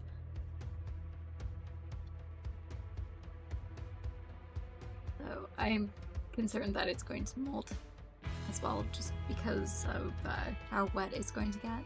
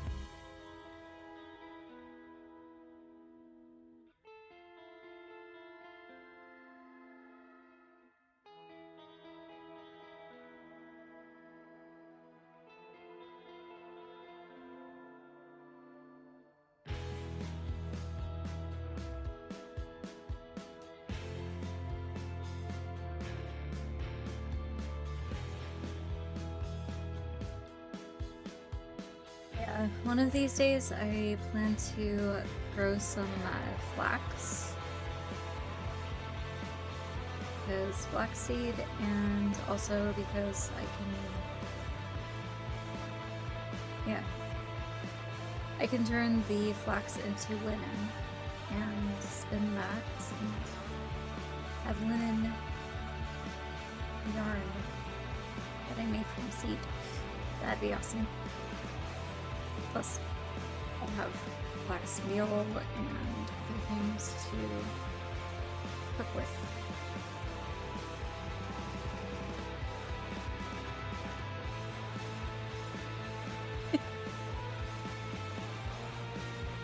It will take some time, and I would need a much larger area that I would be able to garden for myself, not for others, just to keep the flax in a certain condition so that it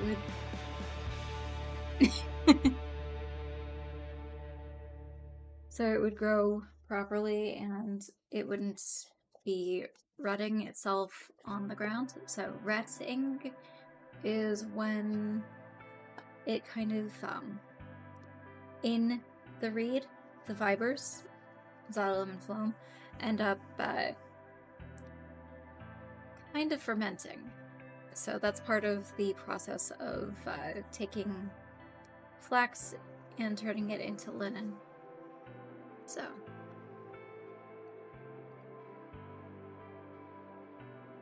no, but I've seen paper from banana peels.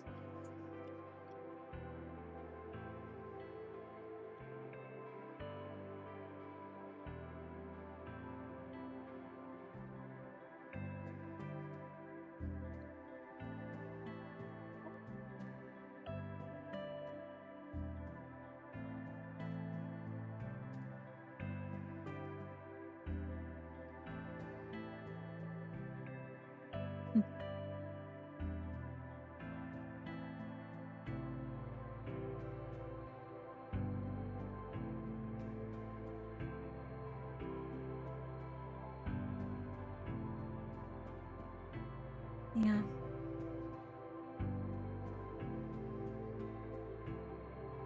Scrolls or papyrus, which is another reed, treated similarly, I believe, to the way flax gets treated to be turned into linen.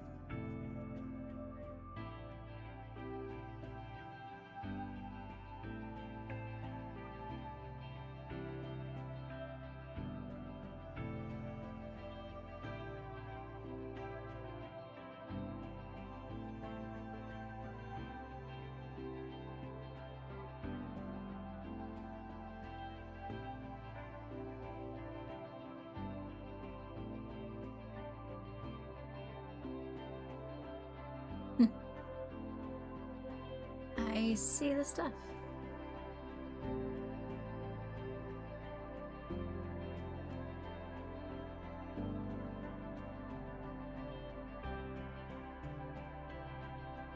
Cool. That is actually quite interesting.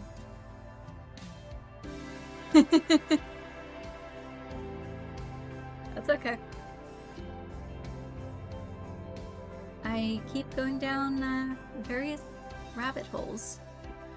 Like right now, 10 interesting facts about elephant poo paper.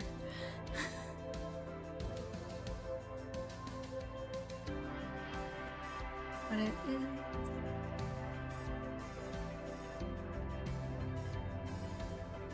The entire process of making it.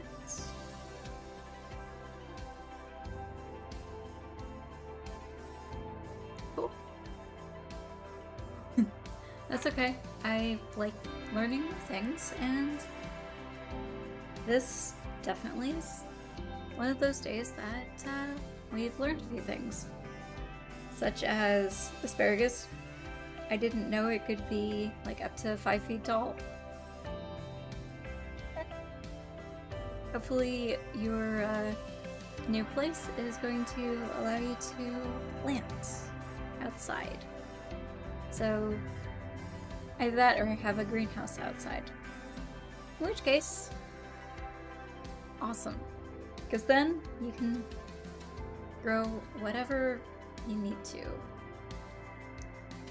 an extent. I mean, I don't know the size of the place, and if you can have a greenhouse, awesome, because that helps minimize variables. Yeah, cool.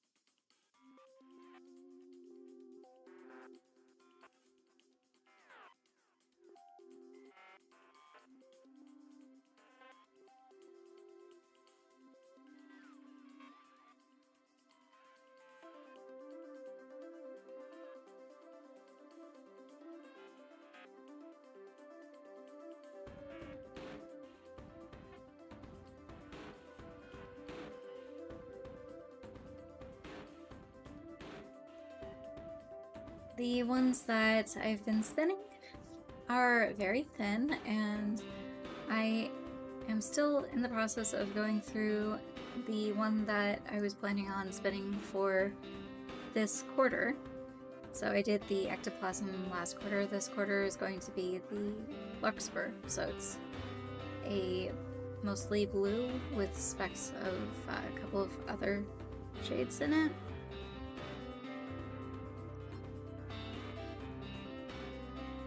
Probably like a quarter of the way through spinning that, but I haven't really been working on it much.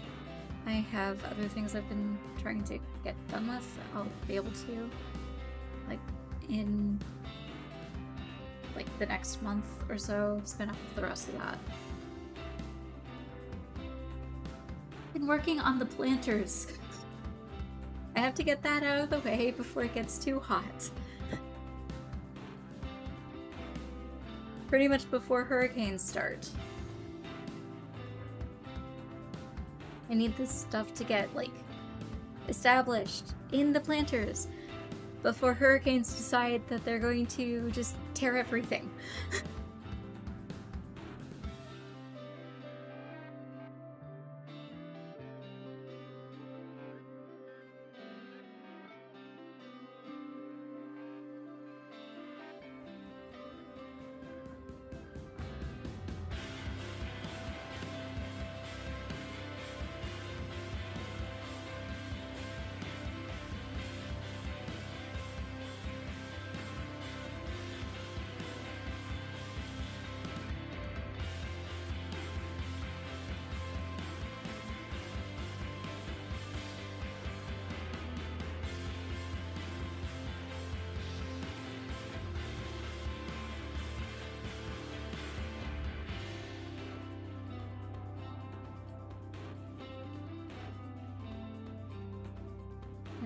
Every time I hear hurricane, I think of sheltering in the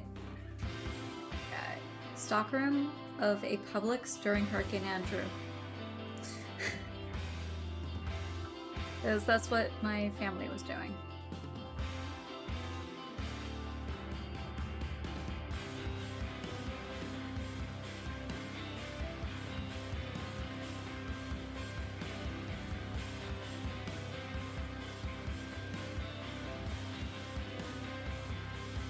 Yeah, I'm the weird one. I actually slept through most of the hurricane. What woke me up was the only leak in the roof ended up above the, like, boat that I was in, because I was in, like, one of those pool rafts that's basically shaped like a boat. So I was lying down in that. That was my bed, basically, for the hurricane. And the only leak in this particular Publix's roof ended up like 25-30 feet above me. We were lucky. It had been aimed right at us, and last minute it decided to jog south a bit. And that's where it ended up destroying a lot of the Miami-Dade area. Yeah, That was the first big hurricane I remember.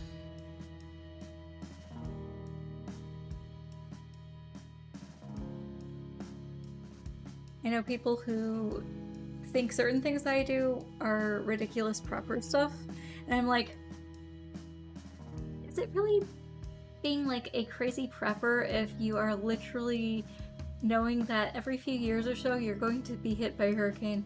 Might as well get the supplies already so you're good. But yeah.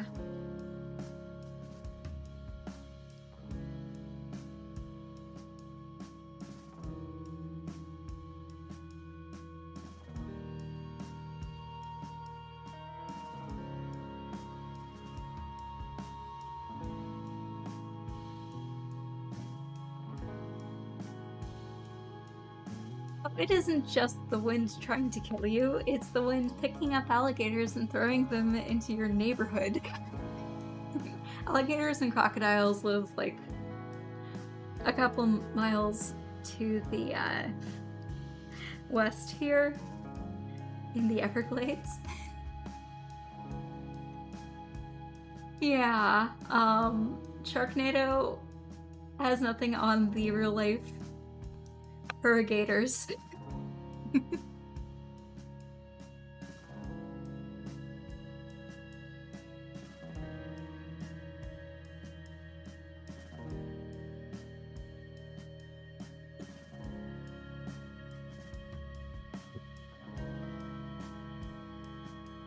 I honestly don't know if it's legal to hunt the flying ones. You're trying to avoid them landing on you or in your pool.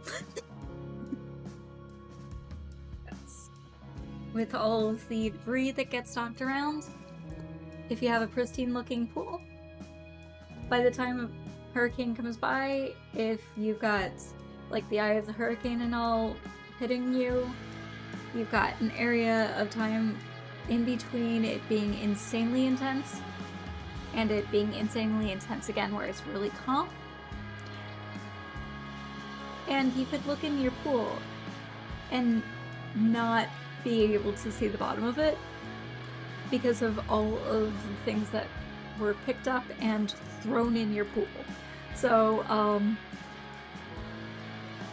yeah. I don't know if it's legal to hunt flying alligators, but you can definitely call like the Gator Boys and like Holiday Park peeps and the animal rescue peeps, and sometimes even the cops will be in on helping get gators out of neighborhoods. That's if the gator is still alive. There have been gators that have been known to eat pets in my area. So there's a person, like an older lady, was walking her dog at like an area near a golf course. So we have the canals like right by those, and she was trying to fight the alligator off of her little dog. That's not an isolated incident. That happens fairly regularly. They, I guess, get tired of hanging out in the Everglades and are like, okay, well, there are people. Let me see if they'll feed me. If they don't, I will take a snack that walks by. So, yeah,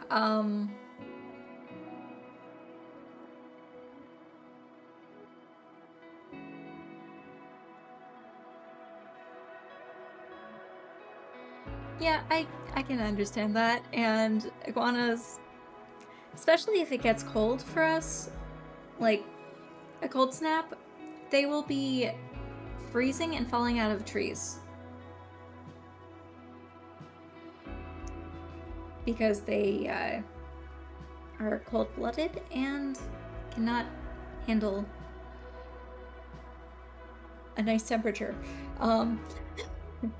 They can't handle what they consider to be cold.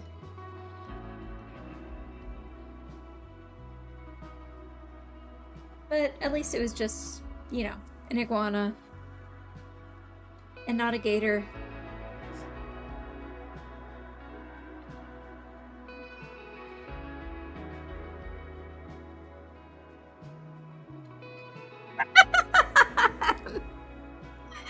Were you a kid at this point? Because, the poor hotel peeps. But, yeah. There's some good key lime pie, and then there's some, world famous key lime pie places. Yeah. Uh, I very much understand. There are certain places that make really good key lime pie. There are so many really good key lime pie places that have been closed. And it's just like, if only. If only these places still were around because they had really good stuff. But a lot of the areas would go and be like, okay, the delicious stuff ends up in places that are like the mom and pop shops, and it's like, okay, abuela made the key lime pies, and they're frozen from like this past weekend when she made a dozen. So nice.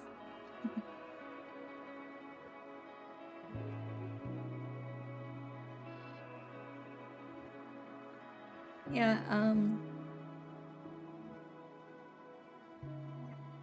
some places the key lime pie is just lime pie. You need the key lime specifically, because otherwise the flavor is wrong.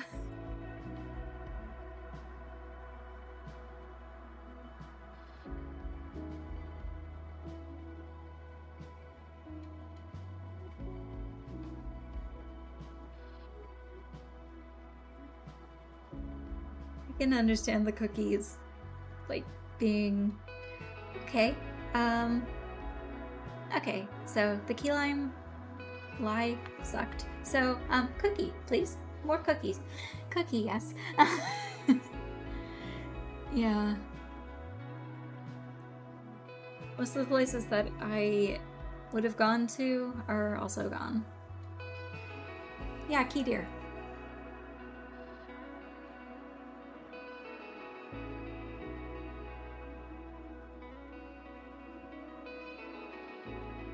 Totally a thing.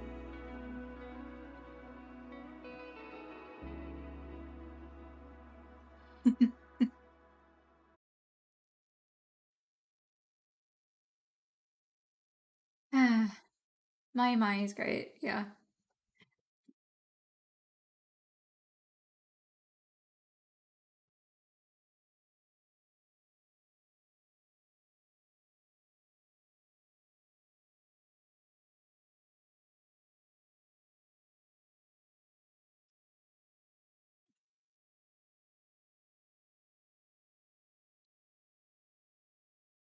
We're back momentarily. I'm going to check to see when my hotspot connects because I had it off and charging. And then I'll switch to that. But it's almost been 3 hours. Well, it's been 2 3/4 of hours of a stream. So a crafting stream. That has been a lot of chatting. And we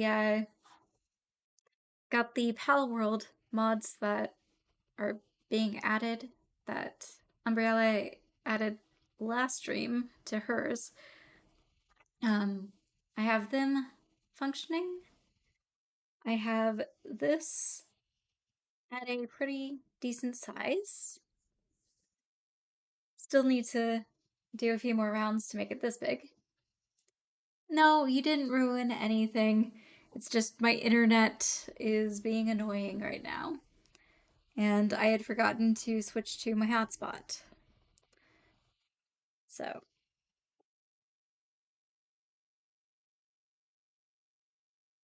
when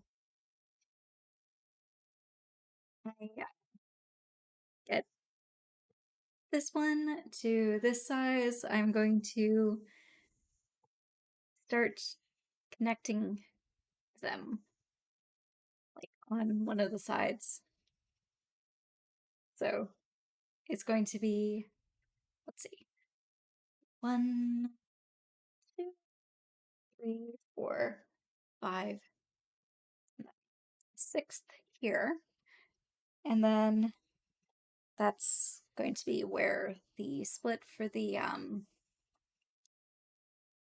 cardigan is. So it's going to this design, and then I'm going to go with the lighter blue one, and then I'm going to go with the, like, to do the next section. The next one is going to be the orangey red yellow one, and then the darker blue.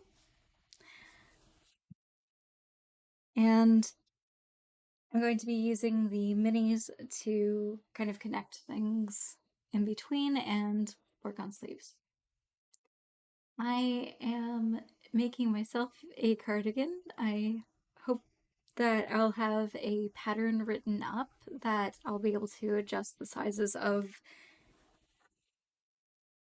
these and make adjustments so it will fit anything from an extra small to a 6XL at some point. So I'm going to try to make it so that it's a cardigan that visually will scale well and look good.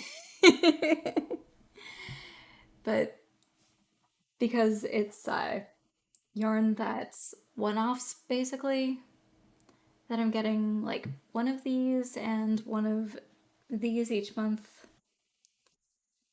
For this year, I'm going to be trying to make myself certain things, especially since I'm trying to get rid of like old paint stained shirts and stuff like that, so I can start having a me made wardrobe. But yeah, it hopefully will be a cardigan that you will enjoy looking at because it's going to be very soft and comfy for me. It is literally sock yarn that is sparkly. So it's sparkly, fun sock yarn and using the different months. So it might end up like duster length when I'm done. Because this is okay. It's going to be 12 of these long, and then these are basically going to be what the sleeve is and like little bits of connecting. But yeah, I would say it's been 2 hours 50 minutes. I am going to call it a night because, well, not sure how the internet is going to remain tonight, and I really need to get some more Amazon Turk stuff done, and yeah, so it's been great chatting with you. I am so glad you showed up. I am so glad you sent me those pics. They are so awesome. The mushrooms are awesome. Your pets are so cute. So, thank you for watching. Have a nice night. And yeah, if you can make it tonight, like Monday night at 9, Pal World with Umbrielle de Limonale. And if you can't, hey, that's cool. Have sleep, have amazing dreams, and see you next time. Ciao.